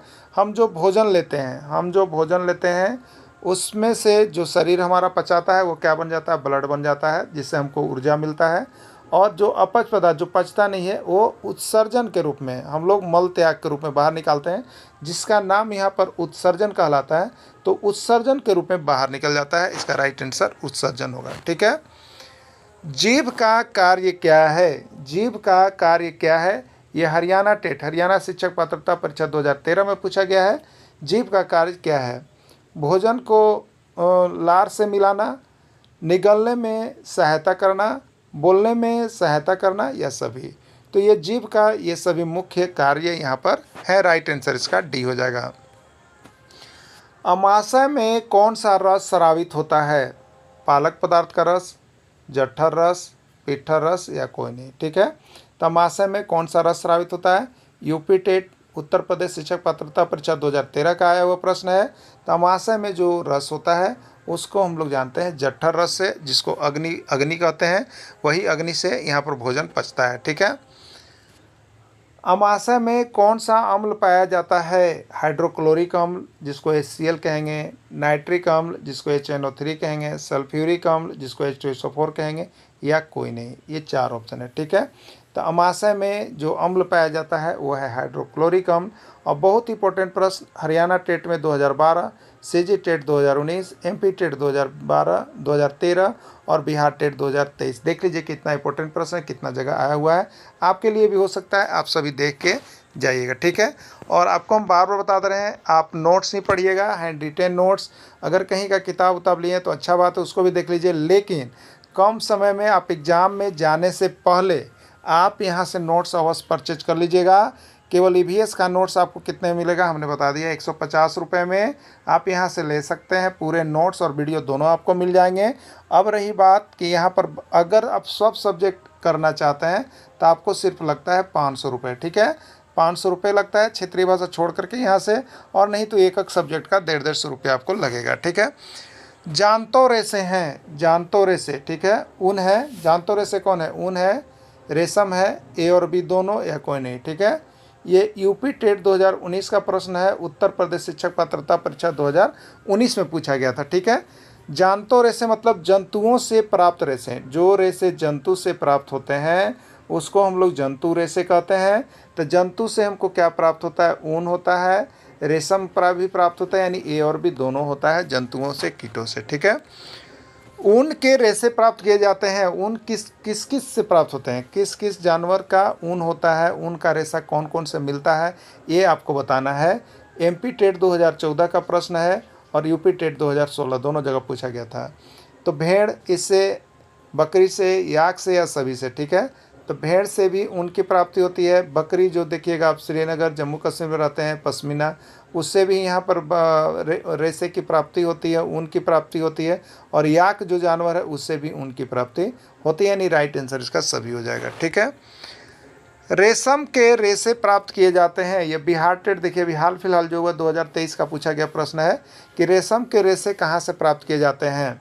बकरी के बाल से, भेड़ के बाल से, रेशम के कीट जिसको कोकून कहते हैं, या कोई नहीं। ठीक है, तो रेशम के कीट जो होते हैं, रेशम जो है वो रेशम के कीट यानी कोकून से प्राप्त किया जाता है। देखिए एक चीज़ बता देते हैं आपको, रेशम के रेशे प्राप्त किए जाते हैं। रेशम के कीट बहुत कम जगह मिलेगा, आपको कोकून नाम देगा, तो याद रखिएगा कोकून से प्राप्त होता है। ठीक है, पश्मीना शाल कहाँ पाया जाता है? बहुत इंपॉर्टेंट प्रश्न है, ये कहीं नहीं मिलेगा। आप ईवीएस का ही किताब में ढूंढ पाइएगा, ये कहीं भी प्रैक्टिस सेट में आपको नहीं मिलेगा पश्मीना शाल। ठीक है, पश्मीना शाल कहाँ मिलता है? तिब्बत में, लद्दाख में, जम्मू कश्मीर में कोई नहीं है। देखिए सी टेट में पूछा गया है, यूपी टेट में पूछा गया और सीजी टेट में पूछा गया। ठीक है, पश्मीना शाल जो होता है, देखिए आपको बता देते हैं, अंगोरा नामक बकरी होती है जो जम्मू कश्मीर पाई जाती है। ठीक है, और यहाँ पर जो ये बकरी होते हैं ऊंचे क्षेत्रों पर, ठंडे प्रदेशों में रहती है। अब बताइए ठंडे प्रदेश में ये बकरी कैसे रह रही होगी? तो ठंडे प्रदेश में ये अपने बालों से बचती है। ठीक है, तो ये है आपका पश्मीना। तो ये क्या होता है कि एक समय में जब होता है तो इसके बाल को क्या कर दिए जाते हैं, छील दिए जाते हैं, निकाल दिए जाते हैं, और इसी बाल से शॉल बनाया जाता है जिसका नाम है पश्मीना शॉल। ठीक है, आपको बता देते हैं ये शॉल बहुत पतला होता है, लेकिन इसकी गर्मी से आप परेशान हो जाइएगा। तो ये वही अंगोरा बकरी जिससे पश्मीना शाल बना है। ये पतला है जरूर, आपको लग रहा है कितना पतला से क्या जाएगा, लेकिन इसमें गर्मी बहुत है, जैसे ये ठंडे प्रदेशों में रह लेते हैं। ठीक है, अगला, रेशम कीट किस पेड़ की पत्तियों पर रहते हैं? रेशम का कीट जो है वो किस पेड़ के पत्तियों पर रहते हैं आपको बताना है। शरीफा के पेड़, कटहल के पेड़, शहतूत के पेड़, या कोई नहीं। ठीक है, आपको प्रश्न कब आया है? Chhattisgarh TET 2011, Bihar TET 2021, MP TET 2013 का प्रश्न पूछा गया है। तो रेशम के कीट जो होते हैं वो कहाँ रहते हैं? तो शहतूत की पत्तियों पर रेशम के कीड़े पाए जाते हैं, वहीं पे रेशम के कीट होते हैं। ठीक है, सबसे सामान्य रेशम कीट का नाम क्या है? सबसे सामान्य रेशम कीट जो है उसका नाम क्या है? एमपी टेट 2012 का प्रश्न है। शहतूत रेशम कीट, शरीफा रेशम कीट, पालक रेशम कीट, या कोई नहीं। ठीक है, तो सबसे सामान्य रेशम कीट जो होता है वो शहतूत का ही होता है। ठीक है, शहतूत पर ही होते हैं, ये शहतूत का रेशम कीट होता है। झारखंड राज्य में किस प्रकार के रेशम का उत्पादन होता है? झारखंड राज्य में रेशम का उत्पादन होता है, वो किस प्रकार का होता है? जेटेट 2016 का प्रश्न था। सिल्क रेशम, बत्तर रेशम, तसर रेशम, या कोई नहीं। ठीक है, तो झारखंड राज्य में तसर रेशम का उत्पादन जो है ज़्यादा होता है।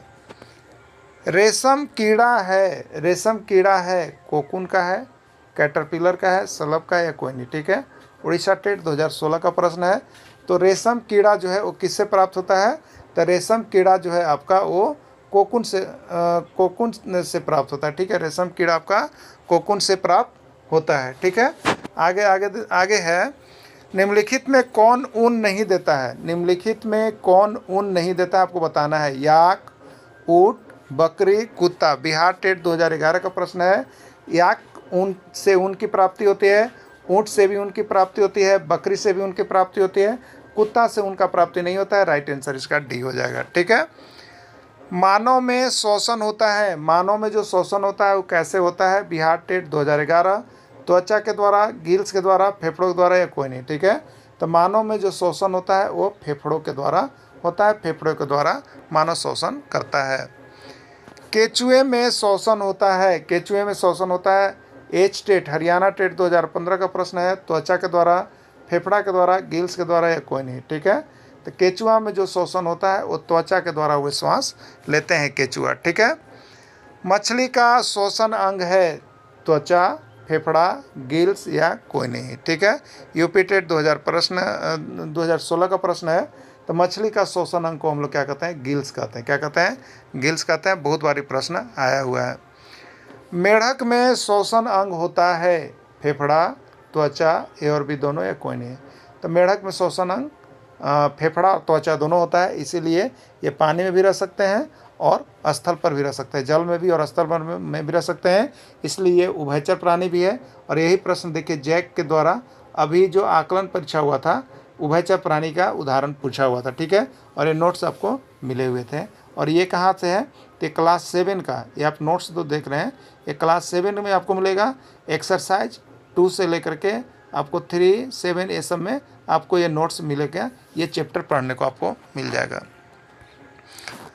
पत्तियों में गैसों का आदान प्रदान होता है, जो हरी पत्तियाँ होती है उसमें गैसों का आदान प्रदान कैसे होता है? तना के द्वारा, रंध्र के द्वारा, जड़ के द्वारा या कोई नहीं। ठीक है, तो पत्तियाँ में जो रंध्र पाई जाती है उसी के द्वारा गैसों का आदान प्रदान होता है। ठीक है, तिलचट्टा में शोषण होता है, तिलचट्टा में शोषण होता है त्वचा के द्वारा, फेफड़ा के द्वारा, गिल्स के द्वारा, श्वास रंध्र के द्वारा। ठीक है, तो तिलचट्टा में जो शोषण होता है श्वास रंध्र के द्वारा होता है। आनुवांशिक रोग हैं, ये उत्तराखंड टेट 2011 में आया था। जो माता पिता से रोग बच्चों में उत्पन्न नहीं होता है। ठीक है, जो रोग माता पिता से बच्चों में उत्पन्न होता है, जो रोग एक दूसरे से फैल जाते हैं या सभी, क्या होगा बताइए? तो आनुवांशिक रोग वैसे रोग हैं जो माता पिता से बच्चों में उत्पन्न होता है। तो बी इसका राइट ऑप्शन हो रहा है। जो रोग माता पिता से बच्चों में भी आ जाते हैं, माता पिता को रोग है और आ जाते हैं, जिसमें हीमोफीलिया और वर्णांधता, यही दो रोग इसमें शामिल होता है। ठीक है, चलिए अगला देखिएगा। आनुवांशिक रोग का उदाहरण है, आनुवांशिक रोग का उदाहरण इसमें कौन कौन है?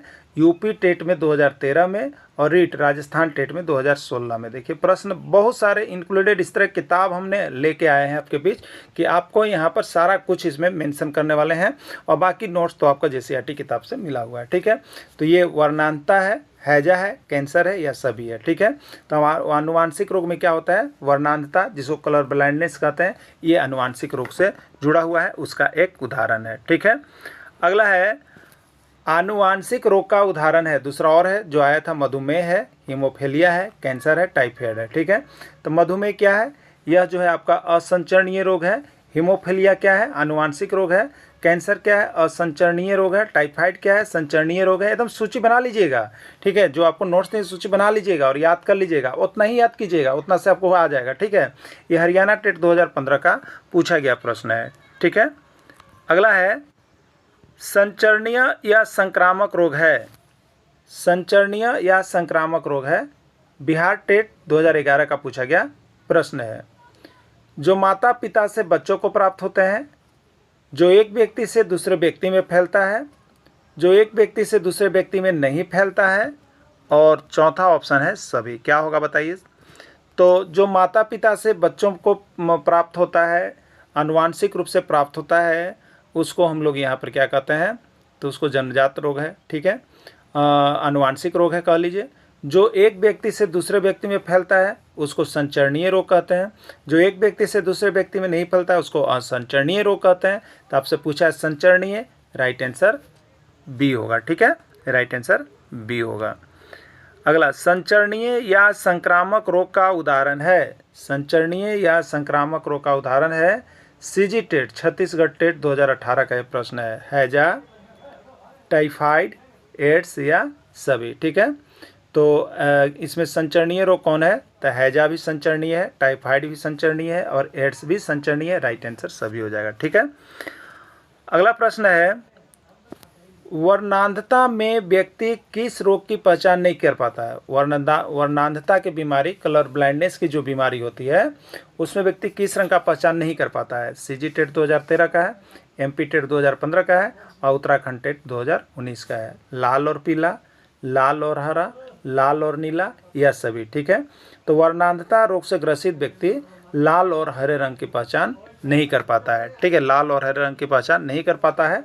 ठीक है, लाल और हरे रंग की पहचान नहीं याद कर पाता। आपको बताए थे प्राथमिक रंग कौन होता है? लहना, यानी लाल, हरा और नीला। तो इसी को याद रखिएगा, शुरू वाला 2 अक्षर लाल और हरा, ये आपको कलर ब्लाइंडनेस के लिए होता है। क्लियर हो गया होगा ना?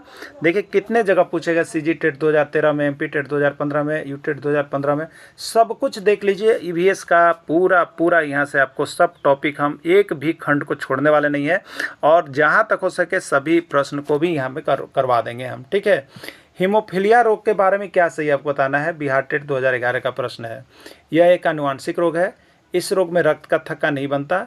यह विटामिन बी की कमी से होता है या उपयुक्त सभी। ठीक है, और देखिए इसका क्वेश्चन बैंक भी हम लेकर के आपके लिए आएंगे। ठीक है, क्वेश्चन बैंक भी वो भी आपको यहाँ हम करवाएंगे। ठीक है, तो ये क्वेश्चन बैंक भी आपको हम दे रहे हैं, ऐसा नहीं कि नहीं करवाएंगे। अभी तो आपको चैप्टर बाय चैप्टर जो प्रश्न आए वो करवा ही दिए, फिर क्वेश्चन बैंक भी आपको सारा जहाँ तक हो सकेगा करवा दे रहे हैं हम। ठीक ना, तो आप सभी जुड़िए और जल्द से जल्द जुड़िए।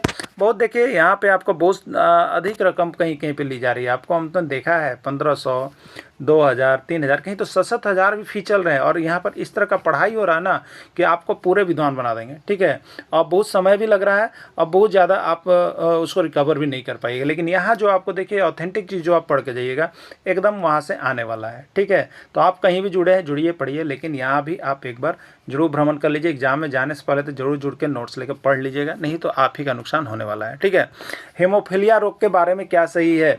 यह एक आनुवांशिक रोग है। इस रोग में रक्त का थक्का नहीं बनता। यह विटामिन के की कमी से होता है। उपयुक्त सभी। तो हीमोफीलिया एक आनुवांशिक रोग है, ये ऑप्शन सही है। इस रोग में रक्त का थक्का नहीं बनता, ये भी सही है। यह विटामिन के की कमी से हीमोफीलिया का रोग होता है, ये भी सही है। यानी उपयुक्त सभी इसका आंसर डाल दीजिएगा। ठीक है, चलिए अगला देखिएगा।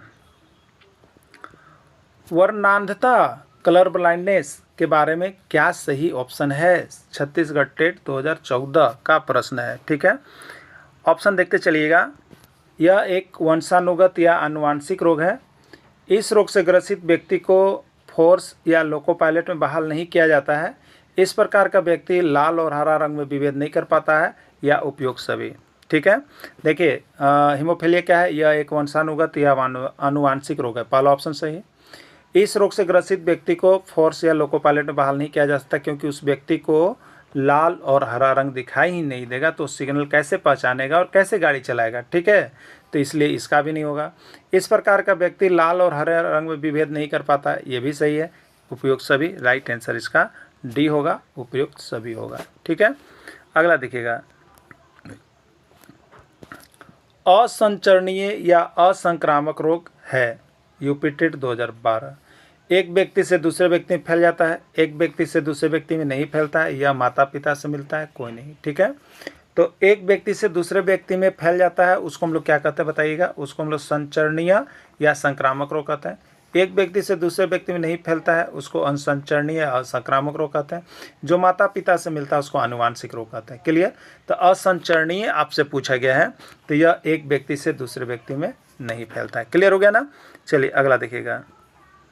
असंचरणीय या असंक्रामक रोग का उदाहरण है, पंजाब टेट 2013, पीटेट मैंने पंजाब टेट 2013 का प्रश्न है। कैंसर, गठिया, रतौंधी या सभी। ठीक है, कैंसर एक दूसरे में नहीं फैलता है, गठिया एक दूसरे में नहीं फैलता है, रतौंधी वाले व्यक्ति एक दूसरे में नहीं फैलता है। राइट आंसर इसका सभी जो एक दूसरे में नहीं फैलता है वो असंचरणीय रोग है। ठीक है, के रूप में खाया जाने वाला भोजन कौन सा है? तना के रूप में खाया जाने वाला पौधा इसमें कौन है? गन्ना, प्याज, आलू या सभी। ठीक है, तो देखिए अभी ये बिहार टेट 2011 और सीजी टेट 2018 पूछा है, तो तना के रूप में खाया जाने वाला भोजन कौन है? तो ये सभी का तना के रूप में उपयोग किया जाता है। इसके पहले हम लोग थ्योरी में देखे भी थे। ठीक है, जड़ के रूप में खाए जाने वाले भोजन कौन से हैं? गाजर, चुकंदर, मूली या सभी।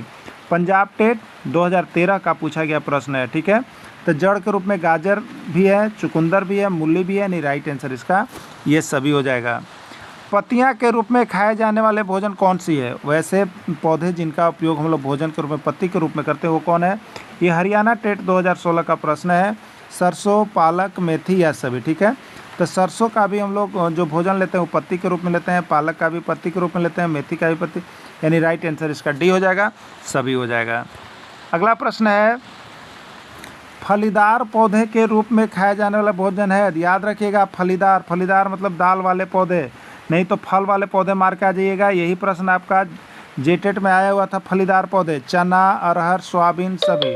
देखिए बिहार टेट 2016, झारखंड टेट 2013 और सीजी टेट 2019 कितने इंपॉर्टेंट प्रश्न है। तो फलीदार पौधे में दाल वाले पौधे, तो चना का भी दाल होता है, अरहर का भी दाल होता है, सोयाबीन का भी होता है, सभी, यानी राइट आंसर इसका सभी हो जाएगा। क्लियर? अगला है, खाद्य तेल वाले पौधों के रूप में खाए जाने वाला भोजन कौन से पौधे ऐसे हैं जिनको खाद्य तेल के रूप में उपयोग किया जाता है? सरसों, तिल, मूंगफली या सभी। तो सरसों का भी तेल होता है, तिल का भी तेल, मूंगफली का भी तेल, सभी को हम लोग खाद्य पदार्थ में उपयोग करते हैं, इसलिए यह सभी इसका राइट आंसर होगा।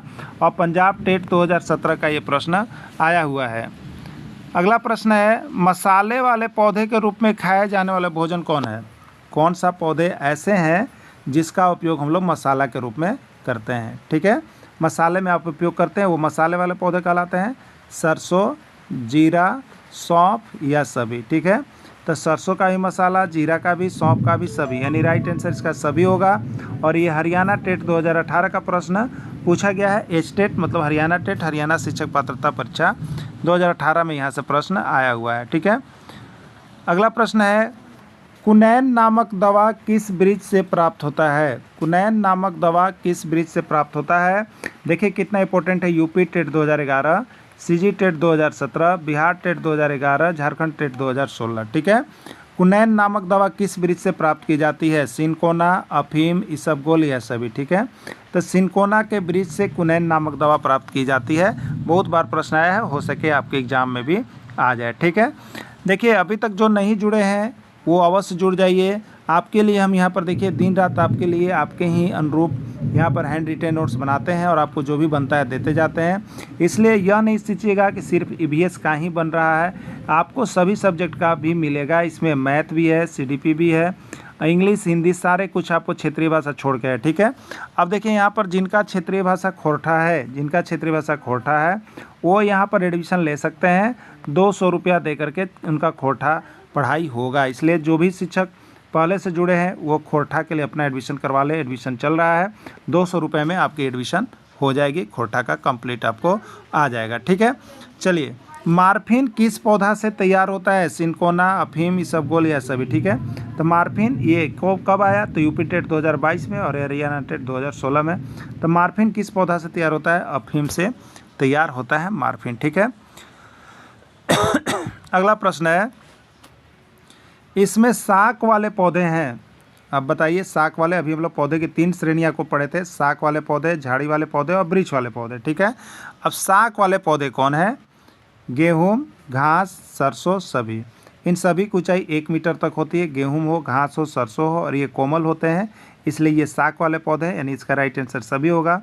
MP टेट 2012 में पूछ दिया था और CG टेट 2018 में पूछ दिया था। ठीक है, चलिए अगला देखिएगा, झाड़ीदार वृक्षों की श्रेणी में आते हैं कौन कौन पौधे जो हैं झाड़ीदार वृक्ष में आते हैं? गुलाब का भी झाड़ी होता है, कपास का भी झाड़ी होता है, रहर का भी झाड़ी होता है, सभी, यानी राइट आंसर इसका सभी हो जाएगा। CG टेट 2021 का ये प्रश्न लेटेस्ट अभी चल रहा है। ठीक है, वृक्ष वाले पौधे की श्रेणी में आते हैं कौन से पौधे ऐसे हैं जो वृक्ष वाले पौधों की श्रेणी में आते हैं? ठीक है, आम है, पीपल है, बड़ है, सभी है। ये राजस्थान टेट 2018 का पूछा गया प्रश्न है। तो वृक्ष वाले पौधे में आम, पीपल, बड़ ये सभी आएंगे, राइट आंसर इसका सभी हो जाएगा। जड़ के रूप में खाया जाने वाला पौधा है, इसमें जड़ के रूप में खाया जाने वाला पौधा कौन सा है? ये पंजाब टेट 2014 का प्रश्न है। प्याज है, आम है, गाजर है या सभी है? ठीक है, देखिए प्याज किस रूप में खाया जाता है? तो ये जड़ के रूप में खाया जाता है। आम किस रूप में खाया जाता है? फल के रूप में खाया जाता है। गाजर किस रूप में खाया जाता है? तो गाजर जो है ये भी जड़ के रूप में खाया जाता है। ठीक है, लेकिन प्याज किस रूप में खाया जाता है? ये तना के रूप में खाया जाता है, यहाँ पर गलत हो रहा था। तो जड़ के रूप में खाया जाने वाला कौन होगा? गाजर होगा, नहीं राइट आंसर इसका सी हो जाएगा। प्याज का हम लोग क्या खाते हैं? तना खाते हैं। आम का फल खाते हैं। गाजर का जो है हम लोग यहाँ पर जड़ के रूप में लेते हैं, यानी राइट आंसर इसका सी होगा। क्लियर, चलिए देखिए आगे, गेहूँ किस प्रकार के पौधों की श्रेणी में आता है? शाक, झाड़ी, वृक्ष या कोई नहीं? ठीक है, तो गेहूँ जो है शाक वाले पौधे की श्रेणी में आते हैं, याद रखिएगा, सभी कुछ ऊपर दिखा दिया गया है। आलू का खाया जाने वाला भाग है, आलू का जो कौन सा भाग खाया जाता है? जड़ खाया जाता है, फूल खाया जाता है, तना खाया जाता है, सभी। ठीक है, तो आलू का खाया जाने वाला भाग तना है, बहुत बार पूछा है, तना वाला में मिस्टेक होता है, आप सभी ध्यान से देख लीजिएगा। यूपी टेट 2017 का पूछा गया यह प्रश्न है। ठीक है, तो ये तना वाला एक बार फिर से सभी को देख लीजिएगा, इसकी थ्योरी क्लासेज आपको ऊपर दे दी गई है। ठीक है, गुलाब किस प्रकार के पौधों की श्रेणी में आता है? शाक वाले पौधे, झाड़ी वाले पौधे, वृक्ष वाले पौधे या सभी? ठीक है, ये रीट राजस्थान शिक्षक पात्रता परीक्षा 2016 का पूछा गया प्रश्न है। गुलाब किस प्रकार के पौधे की श्रेणी में आते हैं? ठीक है, तो गुलाब जो है ये शाक में नहीं आते हैं, क्योंकि ये बड़े होते हैं और ये कठोर होते हैं और इनकी ऊंचाई 1 से 3 मीटर ज़्यादा नहीं होती है, इसलिए ये शाक में नहीं है। झाड़ीदार, ये झाड़ीदार पौधे की श्रेणी में आएंगे, क्योंकि ये काष्ठीय होते हैं, पतले होते हैं, मजबूत होते हैं, 1 से 3 मीटर ऊंचाई होती है, इसमें झाड़ी जैसा होता है। ठीक है, तो ये झाड़ी पौधे में आएंगे गुलाब। ठीक, क्लियर, तो इसका राइट आंसर बी होगा, झाड़ी। अगला, मटर किस प्रकार के पौधों की श्रेणी में आता है? मटर जो है वो किस प्रकार के पौधों की श्रेणी में आता है? शाक, झाड़ी, वृक्ष या सभी? ठीक है, एमपी टेट 2014 का प्रश्न है। मटर, इसकी ऊंचाई 1 मीटर तक होती है और ये ज़्यादा कास्ट नहीं होते हैं, मुलायम होते हैं, नाजुक होते हैं, इसलिए यह शाक की श्रेणी में आएगा, झाड़ी की श्रेणी में नहीं आएगा, वृक्ष की श्रेणी में नहीं आएगा, यानी राइट आंसर इसका ये होगा। ठीक है, अगला प्रश्न है, आम किस प्रकार के पौधों की श्रेणी में आता है? आम किस प्रकार के पौधों की श्रेणी में आता है? बिहार टेट 2011 का प्रश्न है। शाक वाले पौधे, झाड़ी वाले पौधे, वृक्ष वाले पौधे या कोई नहीं? ठीक है, तो आम जो है वृक्ष वाले पौधों की श्रेणी में होते हैं, आम के वृक्ष होते हैं, आम को वृक्ष कहा जाता है। ठीक है, अगला प्रश्न है, मूली का खाया जाने वाला भाग है, मूली का कौन सा भाग खाया जाता है? यू टेट उत्तराखंड टेट 2014, जड़ खाया जाता है, तना खाया जाता है, पत्तियां खाया जाता है, कोई नहीं? ठीक है, तो मूली का जो खाया जाने वाला भाग है वो आपका जड़ है। ठीक है, मूली का खाया जाने वाला भाग आपका जड़ है। पालक में खाया जाने वाला भाग है, पालक का कौन सा भाग खाया जाता है? जड़ को, पत्तियां को, तना को या कोई नहीं? ठीक है, तो पालक का खाया जाने वाला भाग जो है उस पालक की पत्ती को ही हम लोग भोजन के रूप में उपयोग करते हैं और ये सीजी टेट 2018 में पूछा गया है, तो इसका प्रयोग हम लोग पत्तियां के रूप में करते हैं। केला का कौन सा भाग खाया जाता है? जड़ खाया जाता है, पत्तियां खाया जाता है, फल खाया जाता है या तना खाया जाता है? ठीक है, तो केला का खाया जाने वाला भाग को हम लोग फल कहते हैं। ये यूपी टेट 2014 में पूछा गया है। वह प्रक्रिया जिसके द्वारा सभी प्राणी अपने ही जैसे जीवों को उत्पत्ति करते हैं क्या कहलाता है? जनन, श्वास, कायिक या कोई नहीं? ठीक है, तो अपने ही जैसे जीवों को उत्पत्ति करते हैं तो उसको हम लोग जनन कहते हैं। क्या कहते हैं? जनन कहते हैं। और ये कब पूछा गया? तो एमपी टेट 2013 में पूछा गया था। ठीक है, अगला है, जनन की वह प्रक्रिया जिसमें बिना बीज के ही पौधे तैयार होते हैं क्या कहलाते हैं? जनन की वह प्रक्रिया जिसमें बिना बीज के ही पौधे तैयार होते हैं क्या कहलाते हैं? लैंगिक, अलैंगिक, कायिक या सभी? ठीक है, तो बीज से तैयार होते हैं तो उसको लैंगिक कहते हैं और बिना बीज के तैयार होते हैं तो उसको अलैंगिक कहते हैं। ठीक है, तो बिना बीज का दिया गया है इसलिए इसको अलैंगिक जनन में रखिएगा। सीजी टेट 2016 का प्रश्न है, छत्तीसगढ़ शिक्षक पात्रता परीक्षा 2016 में आया हुआ है। ठीक है, अगला है, जनन की वह प्रक्रिया जिसमें बीज से पौधे तैयार किए जाते हैं। जनन की वह प्रक्रिया जिसमें बीज से पौधे तैयार किए जाते हैं उन्हें क्या कहते हैं? ये बिहार टेट 2011 का प्रश्न है। लैंगिक जनन, अलैंगिक जनन, मुकुलन या सभी? ठीक है, तो जनन की वह प्रक्रिया जिसमें बीज से पौधे तैयार किए जाते हैं, जनन की वह प्रक्रिया जिसमें बीज से पौधे तैयार किए जाते हैं उन्हें क्या कहते हैं? तो उन्हें हम लोग बीज से तैयार किए जाते हैं तो उनको लैंगिक जनन कहते हैं और बिहार टेट 2011 में आया हुआ है। ठीक है, अगला है, आलू, गुलाब, गन्ना, चमेली में किस प्रकार के जनन से पौधे उगाए जाते हैं? हरियाणा टेट 2019 में पूछा गया था। लैंगिक जनन, अलैंगिक जनन, प्रकाश संश्लेषण या सभी? ठीक है, तो आलू का बीज नहीं होता है, गुलाब का भी बीज नहीं, गन्ना का भी बीज से नहीं तैयार होता है, ये उसी डंठल को रोप के तैयार किया जाता है, तो बिना बीज का है इसलिए इसको हम लोग किस में डालेंगे? अलैंगिक जनन में डालेंगे। ठीक है, अलैंगिक जनन में चला जाएगा। अगला है, आलू, प्याज, लहसुन, हल्दी, अदरक आदि में किस प्रकार का तना पाया जाता है? देखिए, आलू किस प्रकार के श्रेणी में आता है? तना, प्याज तना, लहसुन तना, हल्दी तना, अदरक तना। याद रखिएगा तना वाला। इसके पहले वाला पार्ट 7 में हम लोग पढ़े हैं कि विभिन्न प्रकार के यहाँ पर जो होते हैं पौधे। ठीक है, शाक वाले पौधे होते हैं, झाड़ी वाले होते हैं, ये होते हैं। ठीक है, तो उसी तरह से कौन किस श्रेणी में जाएगा याद रखिएगा। तो आलू, प्याज, लहसुन, हल्दी, अदरक आदि में किस प्रकार का तना पाया जाता है? तो इसमें भूमिगत तना पाया जाता है। भूमि के अंदर जो बैठता है वो तना के रूप में उसको यहाँ पर गिना जाता है, देखा जाता है। ठीक है, अगला प्रश्न है, मिर्चा है, तिल है, मक्का है, किस प्रकार का जनन पाया जाता है? इस समय किस प्रकार का जनन पाया जाता है?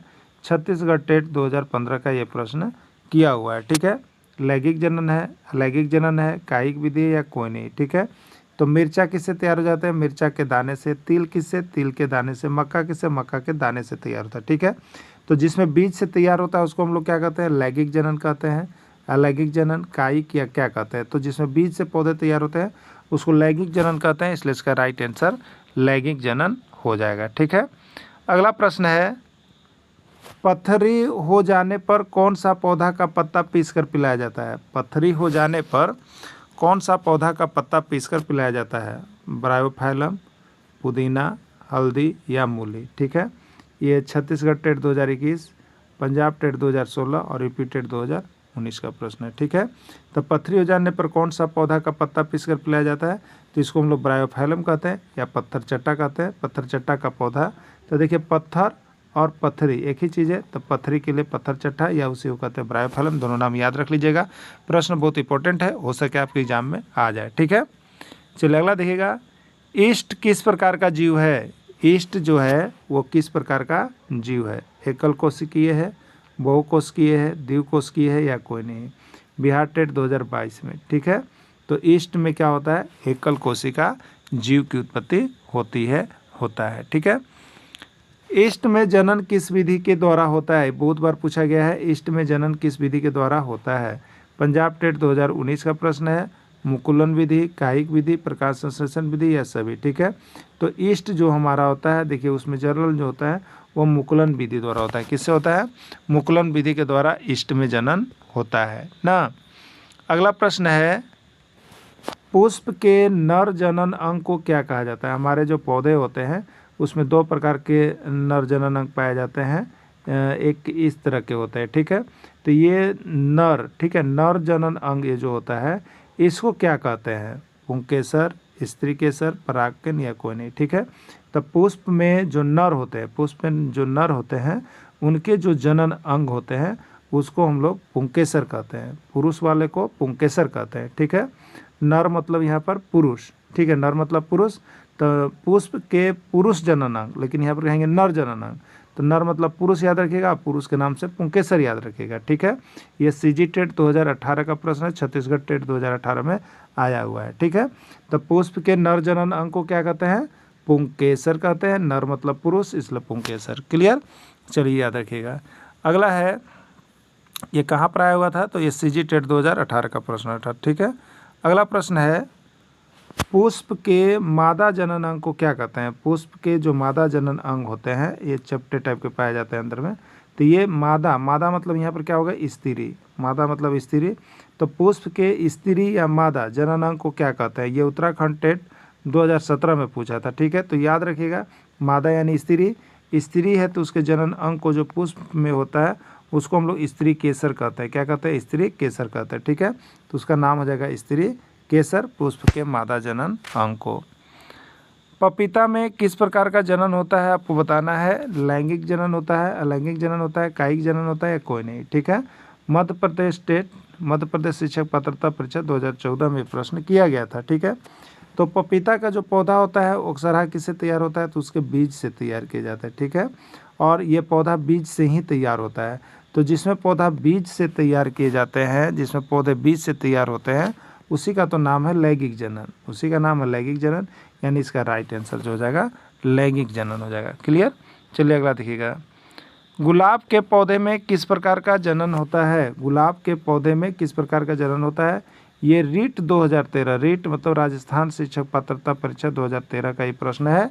लैंगिक जनन, अलैंगिक जनन, कायिक जनन या कोई नहीं। ठीक है, तो देखिए गुलाब का हम लोग क्या करते हैं? बिना बीज के लगाते हैं, यानी उसको गमला में या ज़मीन में हम लोग उसका डंठल को काट के लगा देते हैं और उसके जहाँ जहाँ परिणित होते हैं वहाँ से क्या होते हैं? पत्ते हरे निकल जाते हैं, तो इसलिए इसका जो होता है बिना बीज के लगाया जाता है।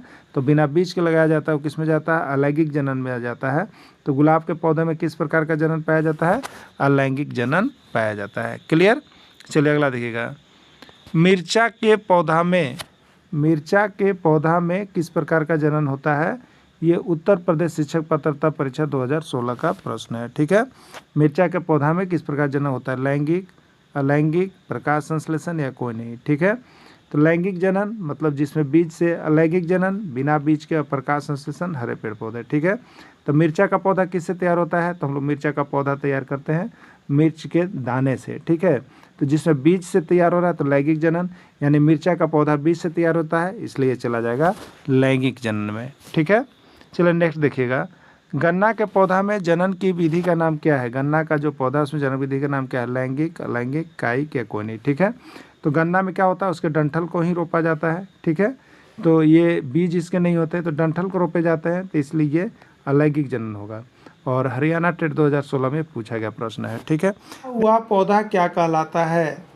बिहार टेट 2011 में ये प्रश्न पूछा गया था। हर्बेरियम, सर्बेरियम, नर्बेरियम या सभी, ठीक है। तो सूखा हुआ पौधा का जो नाम आता है वो हर्बेरियम के नाम से जाना जाता है, याद रख लीजिएगा, ठीक है। मनी प्लांट के पौधे में किस प्रकार की लता पाई जाती है? देखिए ये लता जो होते हैं दो प्रकार के होते हैं, आरोही लता और विसर्पी लता, ठीक है। आप देखिए कुछ लता ऐसे हैं जो ज़मीन पर ही चलते रहते हैं, उन्हें कितना भी सहारा मिले, जैसे मान लीजिए कि यहाँ पर आपने बांस गाड़ दिया है या यहाँ पर आपने थेथर गाड़ा है, किसी तरह की झांकी की है, लेकिन ये लता इसके सहारे भी नहीं चढ़ पाते। इसके लिए इसको क्या है, तो इसको रस्सी से बांध के आपको कहीं से एडजस्ट करके चढ़ाना पड़ता है, धीरे धीरे पेड़ पर चढ़ते हैं, ठीक है। तो ये जो लता जो ज़मीन में ही फैले हुए रहते हैं, ज़मीन में ही फैलते हैं ज़्यादा करके, उसको हम लोग विसर्पी लता कहते हैं, ठीक है। लेकिन कुछ लता ऐसे होते हैं जिनको अगर किसी तरह का जैसे बांस गाड़े आप ज़मीन में, अगर बांस का सहारा मिलेगा तो बांस के सहारे से चढ़ जाएंगे, ठीक है। ये बांस के सहारे ऊपर चढ़ जाते हैं। तो वैसे लता जो बढ़ सकते हैं, जो ऊपर की ओर उठते हैं और ऊपर लताएं चढ़ जाती है। जैसे अभी आप देखिएगा यहाँ पर बरसात का मौसम जब आता है तो उस समय आप क्या करते हैं, घरों में सेम लगाते हैं, लौकी लगाते हैं, नेनुआ लगाते हैं, करेला लगाते हैं ना। तो ये सब झांकी के सहारे से, जिसको लोग झांकी कहते हैं, बांस उस देते हैं, उसके सहारे से ऊपर चढ़ जाता है। तो ये आरोही लता हो गया, ठीक है। और विसर्पी लता जो ज़मीन के पर ही फैलते रहता है, ठीक है। तो मनी प्लांट का पौधा देखिएगा तो ज़मीन पर ही फैला हुआ रहता है, इसके लिए यह जो है आपका विसर्पी लता है, ठीक है। ये कब पूछा गया था, तो सीजी टेट 2013 का प्रश्न है, छत्तीसगढ़ टेट 2013 में पूछा गया है, ठीक है। अगला है कद्दू है, खीरा है, नेनुआ है में किस प्रकार का लता होता है? इस समय किस प्रकार का लता पाया जाता है? आरोही लता, विसर्पी लता, ए और बी दोनों या कोई नहीं, ठीक है। तो कद्दू, खीरा, नेनुआ ये सब जो होते हैं किसी पौधे के सहारे ये ऊपर चढ़ जाते हैं। तो जो पौधे खड़े हो सकते हैं, किसी के सहारे ऊपर चढ़ सकते हैं, तो उसको हम लोग आरोही लता कहते हैं। तो राइट आंसर ए हो जाएगा, ठीक है। अगला प्रश्न है, पौधों का सबसे कठोर भाग कौन होता है? पौधा का सबसे कठोर भाग कौन होता है, ठीक है। ये मान लीजिए आम का पौधा आपने इस तरह बनाया पौधा, तो इसका सबसे कठोर भाग कौन होता है? पत्ता होता है, तना होता है, पुष्प होता है या कोई नहीं, ठीक है। पत्ता तो कठोर भाग नहीं होता है, पुष्प भी कठोर भाग नहीं होता है, यानी तना जो इधर उधर से फेंका हुआ है ये भी एक पेड़ के जैसा ही मोटे मोटे बन जाते हैं। तो सबसे कठोर भाग तना होता है। और ये कब पूछा गया? तो एमपी टेट यानी मध्य प्रदेश शिक्षक पात्रता परीक्षा 2016 में पूछा गया है, ठीक है। अगला है, पत्ती में रेखीय संरचना को क्या कहते हैं? जो हमारे ये पत्तियाँ होती है इस तरह से आप देख सकते हैं, ये इसमें रेखीय संरचना होती है, ठीक है। इसको क्या कहते हैं? सिरा, शीर्ष, पर्णवृंत या पर्णफलक, ठीक है। तो पत्ती में जो रेखीय संरचना पाई जाती है उसको हम लोग सिरा कहते हैं, ठीक है। पंजाब टेट 2014 का प्रश्न है। अगला है, हरे पेड़ पौधे अपना भोजन किसकी उपस्थिति में बनाते हैं? हरे पेड़ पौधे जो होते हैं वो अपना भोजन बनाने के लिए किसकी उपस्थिति उनके लिए एकदम अनिवार्य है, उसके बिना काम होगा ही नहीं, ठीक है। सूर्य के प्रकाश की उपस्थिति, जल की उपस्थिति, वायु की उपस्थिति या कोई नहीं, ठीक है। तो हरे पेड़ पौधे को अपना भोजन बनाने के लिए सूर्य के प्रकाश की उपस्थिति का होना सबसे अनिवार्य है। यूपी टेट 2018 में पूछा गया है, उत्तर प्रदेश शिक्षक पात्रता परीक्षा 2018 का प्रश्न। देखिए आपको बताते हैं, इस तरह से सिर्फ ईवीएस का ही नहीं, आपको सारे सब्जेक्ट यहाँ पर नोट्स तैयारी करवाया जाएगा। अभी ईवीएस आपका शुरू है, ईवीएस के लिए एडमिशन ले लीजिए 150 रुपये में, और नहीं तो पूरे के लिए चाहते हैं तो आप 500 रुपये दे करके 1 to 5 या 6 to 8 चाहते हैं तो 500 रुपये, दोनों के लिए अलग अलग 500 लगते हैं। आप तैयारी के लिए जुड़ जाइए। यहाँ पर हम केवल आपके लिए यहाँ पर JCERT किताब का बनाते हैं, और बहुत कम प्रश्न, केवल वैसे प्रश्न जो विभिन्न राज्यों में आए हैं, और साथ में उसी का थ्योरी क्लासेज भी है जो आपके लिए बहुत ही अच्छा रहेगा। तो आप सभी जुड़िएगा, ठीक है। अब देखिए, हरे पेड़ पौधे किसके द्वारा जल एवं खनिज लवण का अवशोषण करते हैं? हरे पेड़ पौधे किसके द्वारा जल एवं खनिज लवण का अवशोषण करते हैं, ठीक है। पत्ता के द्वारा, तना के द्वारा, जड़ के द्वारा या कोई नहीं, ठीक है। तो हरे पेड़ पौधे किसके द्वारा जल एवं खनिज लवण का अवशोषण करते हैं? तो हरे पेड़ पौधे जो है वो आपके जड़ के द्वारा, किसके द्वारा? जड़ के द्वारा खनिज लवण का अवशोषण करते हैं, ठीक है। ये सीजी टेट 2016 का प्रश्न है। पत्तियों में मौजूद हरे रंग को क्या कहते हैं? पत्तियों में मौजूद हरे रंग को क्या कहते हैं? क्लोरोफिल, प्रकाश संश्लेषण, पर्णवृत्त या कोई नहीं। देखिए कितना बार प्रश्न आया है, उत्तराखंड टेट 2018, हरियाणा टेट 2015 में पूछा गया है। तो पत्तियों में मौजूद हरे रंग जो होते हैं उसको हम लोग क्या कहते हैं, क्लोरोफिल कहते हैं। क्या कहते हैं, क्लोरोफिल कहते हैं। बहुत ही महत्वपूर्ण प्रश्न है। एग्जाम जाने से पहले तक आपको देखिए जैसे वीडियो मिलता है, आप तो पीडीएफ लेना भूलिएगा ही नहीं। इस कदर आपके लिए देखिए हमने मेहनत करके बनाया है कि आप समझिए कि आपका यहाँ से प्रश्न पूरा भिड़ने वाला है, जो कि कहीं भी आपको नहीं मिलने वाला। इसलिए मोटे मोटे ग्रंथ लेके मत पढ़िएगा। कम प्रश्न है और ज़्यादा आने वाला प्रश्न है, आप यहाँ से जरूर पढ़ के जाइएगा। जरूर 150 रुपये में आप खरीद लीजिएगा, ठीक है। प्रकाश संश्लेषण की प्रक्रिया के दौरान पेड़ पौधे वायुमंडल में क्या छोड़ते हैं, ठीक है। जब प्रकाश संश्लेषण की क्रिया हो रही होती है तो उसमें पेड़ पौधे वायुमंडल में क्या छोड़ते हैं, ठीक है। O2 oxygen, CO2 carbon dioxide, N2 nitrogen या सभी। ये छत्तीसगढ़ टेट 2016 का प्रश्न पूछा गया है, ठीक है। तो जब पेड़ पौधे प्रकाश संश्लेषण की प्रक्रिया के दौरान से गुजर रहे होते हैं तो उस समय वायुमंडल में क्या छोड़ते हैं, तो वायुमंडल में ये ऑक्सीजन छोड़ते हैं। क्या छोड़ते हैं, ऑक्सीजन छोड़ते हैं। राइट आंसर इसका ये हो जाएगा। हरे पेड़ पौधे के भोजन बनाने के प्रक्रम को क्या कहते हैं, हरे पेड़ पौधे जो अपना भोजन बनाते हैं उस विधि को क्या कहते हैं हम लोग, क्लोरोफिल कहते हैं, पर्णवृत्त कहते हैं, प्रकाश संश्लेषण कहते हैं, कोई नहीं, ठीक है। ये मध्य प्रदेश शिक्षक पात्रता परीक्षा 2019 का आया हुआ प्रश्न है, ठीक है। हरे पेड़ पौधे के भोजन जो बनाते हैं वो किस विधि से बनाते हैं, तो आप सभी को जानते हैं, प्रकाश संश्लेषण विधि द्वारा हरे पेड़ पौधे अपना भोजन स्वयं तैयार करते हैं। पौधों का कौन सा भाग पानी ग्रहण करता है, पौधों का कौन सा भाग पानी ग्रहण करता है, पत्ता, तना, जड़ या कोई नहीं, ठीक है। ये पंजाब टेट 2018 पंजाब शिक्षक पात्रता परीक्षा 2018 का प्रश्न है। तो पौधों का कौन सा भाग पानी ग्रहण करता है, तो पौधों का जड़ जो होता है वो पानी को ग्रहण करता है। अगला प्रश्न है, पौधों का सबसे आकर्षक और महत्वपूर्ण अंग कौन होता है, पौधों का सबसे आकर्षक और महत्वपूर्ण अंग कौन होता है, पत्ता, तना, पुष्प या जड़। ये बिहार शिक्षक पात्रता परीक्षा 2022 का प्रश्न है, ठीक है। तो पौधों का आकर्षक और सबसे महत्वपूर्ण अंग जो उसका दिखता है वो उसका फूल होता है, पुष्प होता है, ठीक है। पुष्प का रंगीन भाग क्या कहलाता है, जैसे देखिए आपने एक पुष्प हमने बनाया, ठीक है, पुष्प बनाया इस तरह से, तो इसमें देखिएगा यहाँ से इस तरह का लगा हुआ रहता है, ये होता है, ठीक है। और इसमें क्या है, ये पुष्प है। तो ये जो रंगीन भाग होता है, मान लीजिए कि ऊपर ये पुष्प है, ये पुष्प है, और ये रंगीन भाग जो है वो क्या कहलाता है, तो पंखुड़ी कहलाता है। क्या कहलाता है, पंखुड़ी। राइट आंसर इसका ए हो जाएगा, ठीक है। और कब पूछा गया, तो ये आपका पूछा गया यूपी टेट 2020 का प्रश्न है। देखिए, पुष्प के भीतर धागे जैसी संरचना पाई जाती है वो क्या कहलाती है, पुंकेसर, परागकोश, परागकण या तंतु, ठीक है। पुष्प होते हैं ना, पुष्प जैसे उड़हूल का फूल आप देखे होंगे घर में, अपने घरों में होता होगा, ठीक है। पुष्प जो होते हैं, तो पुष्प में क्या होता है, जैसे इस तरह का जो होता है ये भाग, तो यहाँ पर देखिएगा इसमें से ऐसे ऐसे जो रेखीय संरचना निकला हुआ रहता है ना, तो ये रेखीय संरचना जो निकला हुआ रहता है उसको क्या कहते हैं, तो इसका राइट आंसर हो जाएगा पुंकेसर। क्या होता है, पुंकेसर, ठीक है। ये कहाँ पूछा गया, तो ये हरियाणा टेट 2014 में पूछा गया प्रश्न है।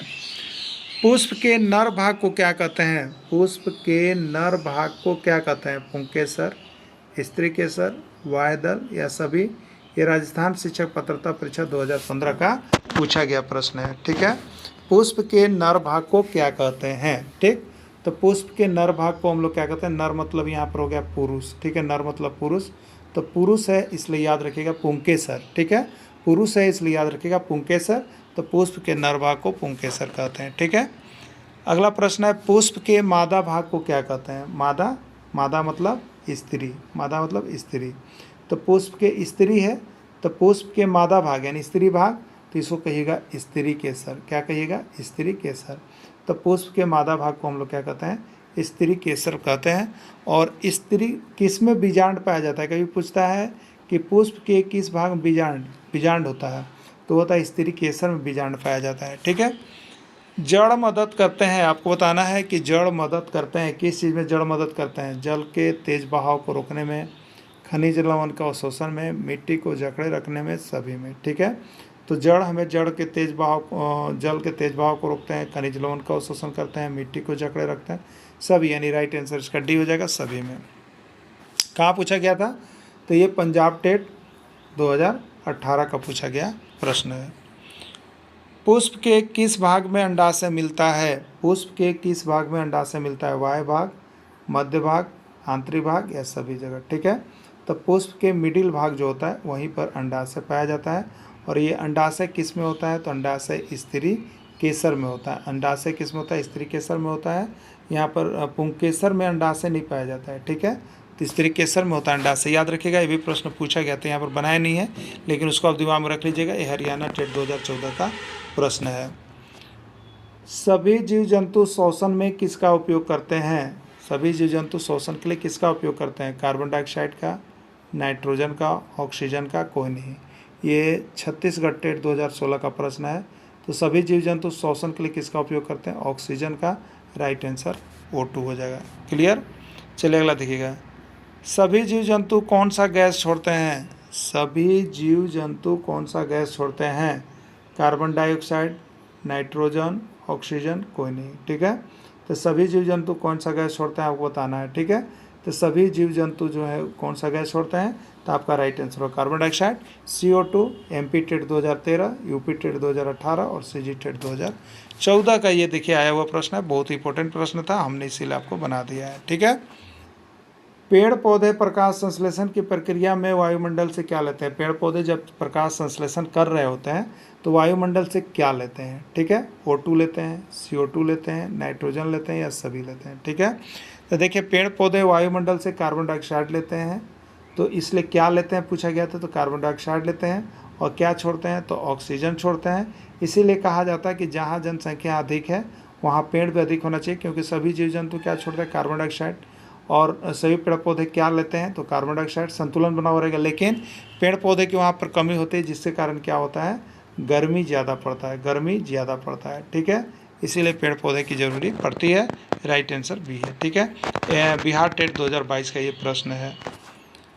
किसी वास स्थल के सभी सजैव पौधे जंतु उपस्थित रहते क्या कहलाते हैं? जैव घटक, अजैव घटक, मृदा घटक, कोई नहीं। UP टेट 2022 और JET टेट 2016। और अभी देखिए एक आकलन परीक्षा हुआ था जैक का, उसमें भी ये प्रश्न 2025 में आया हुआ है, ठीक है। देखिए आपको बता देते हैं, जैव और अजैव में याद रखिएगा, ठीक है। जैसे गाय जो सजीव प्राणी है ना, भैंस, ठीक है, भेड़, बकरी, ये सभी सजीव प्राणी, जो सजीव प्राणी होंगे उसको कहिएगा देखिए जैव घटक। मतलब जिसमें जीव हो, जिसमें जान हो वो जैव घटक हो, और जिसमें जान नहीं है, जिसमें जीव नहीं है वो अजैव घटक है। दिमाग में मतलब बैठा लीजिए, ठीक है। तो वास स्थल के सभी सजीव, देखिए यहाँ पर सजीव कह रहा है, कोई भी पौधा या जंतु सजीव वाला रहेगा तो उसमें क्या रहेगा? जीव रहेगा, तभी वो सजीव है। देखिए UP टेट 2022 और JET टेट 2016, तभी वो सजीव है। तो जिसमें जीव है वो जैव घटक में जाएगा। राइट आंसर ये हो जाएगा।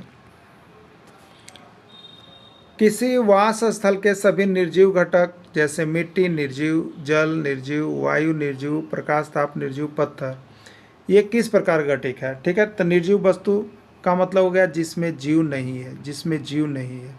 तो जिसमें जीव नहीं है तो उसको किस में हम रखते हैं? अजैव घटक में रखते हैं। किस में रखते हैं? अजैव घटक में। यानी राइट आंसर इसका बी हो जाएगा। CG टेट 2015 का ये पूछा गया प्रश्न है। क्लियर? चलिए अगला देखिएगा। मरुस्थल में किस प्रकार के पौधे पाए जाते हैं? नागफनी, कैक्टस, खजूर या सभी, ठीक है। UP टेट 2019 का ये प्रश्न है। तो मरुस्थल में जो होते हैं यहाँ पर नागफनी भी, कैक्टस, खजूर सभी पाए जाते हैं, ठीक है। बहुत ही अच्छा प्रश्न है। देखिए मरुस्थल से एक प्रश्न आपका हर एग्जाम में निकल के आता है, आपको बता देते हैं। तो मरुस्थल का जो प्रश्न है और भी आप चाहते हैं तो देख लीजिएगा। ऐसे जो प्रश्न आया है वो हमने आपके लिए रख दिया है।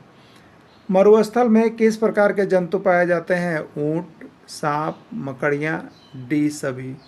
हरियाणा टेट 2018, ठीक है। तो ये मरुस्थल में ऊँट भी पाए जाते हैं, सांप भी पाया जाता है, मकड़ियाँ पाई जाती है, ये सभी। राइट आंसर इसका डी होगा, ठीक है। अगला, मरुस्थल में कौन सा प्राणी रह सकता है? देखिए मरुस्थल में रहने के लिए कौन सा प्राणी अनुकूलित है? गाय, भेड़, बकरी या ऊँट, ठीक है। पंजाब टेट 2021 का प्रश्न है। तो मरुस्थल में रहने के लिए अनुकूलित जो प्राणी है वो है ऊँट। केवल ऊँट ही मरुस्थल में इसमें से ऑप्शन में से रह सकता है, ठीक है। मरुस्थल का जहाज किस जंतु को कहा जाता है? मरुस्थल का जहाज किस जंतु को कहा जाता है? ऊँट को, भेड़ को, बकरी को, ऊँट को। UP टेट 2016 में प्रश्न है। देखिए यहाँ पर 2 बार हमसे बाय मिस्टेक से लिखा गया है, ठीक है, 2 बार लिखा गया है। तो इसका आंसर ए भी हो सकता है, इसका आंसर डी भी हो सकता है, क्योंकि मरुस्थल का जहाज ऊँट को ही कहा जाता है, ठीक है। चलिए अगला देखिएगा। ऊँट बिना भोजन और पानी के कितने दिनों तक रह सकता है? 5 से 6 दिन, 10 से 12 दिन, 20 से 25 दिन, कोई नहीं। पंजाब टेट 2014 का प्रश्न है। और आपको हम बता देते हैं, अभी आकलन परीक्षा भी हुआ था, आकलन परीक्षा हुआ था, जैक की तरफ से लिया गया था, उसमें भी ये प्रश्न था। ठीक है, तो जो आपका जैक का JCRT किताब है वो देखिए 10 से 12 दिन है। देखिए आपको क्या होता है, आप JCRT किताब का प्रश्न का आंसर कर रहे हैं तो आपको जैसे एग्ज़ाम हो गया, ये अगर ये गलत मान लीजिए जैक, तो आपको क्या करना पड़ता है? आपत्ति दर्ज करना पड़ता है। तो आपत्ति दर्ज करने के लिए ये सभी चीज़ मांगिएगा, तो हम आपको यहाँ पर JCRT जैक की किताब को दे देंगे खींच के फ़ोटो, आप यहाँ से कंप्लेन कर सकते हैं। इसलिए ये जो ऑथेंटिक चीज़ दिया गया है किताब का, वो आपका बना हुआ रहता है यहाँ से। ठीक ना। मेढक कैसा जंतु है? जलीय प्राणी है, स्थलीय प्राणी है, उभयचर प्राणी है, कोई नहीं। ठीक है, ये छत्तीसगढ़ टेट 2020 का प्रश्न है। तो मेढक स्थल पर भी रहता है और मेढक जल में भी रहता है। ठीक है, तो स्थल और जल दोनों में जो रहता है उसी का नाम होता है उभयचर प्राणी। क्या होता है? उभयचर प्राणी। राइट आंसर होगा उभयचर।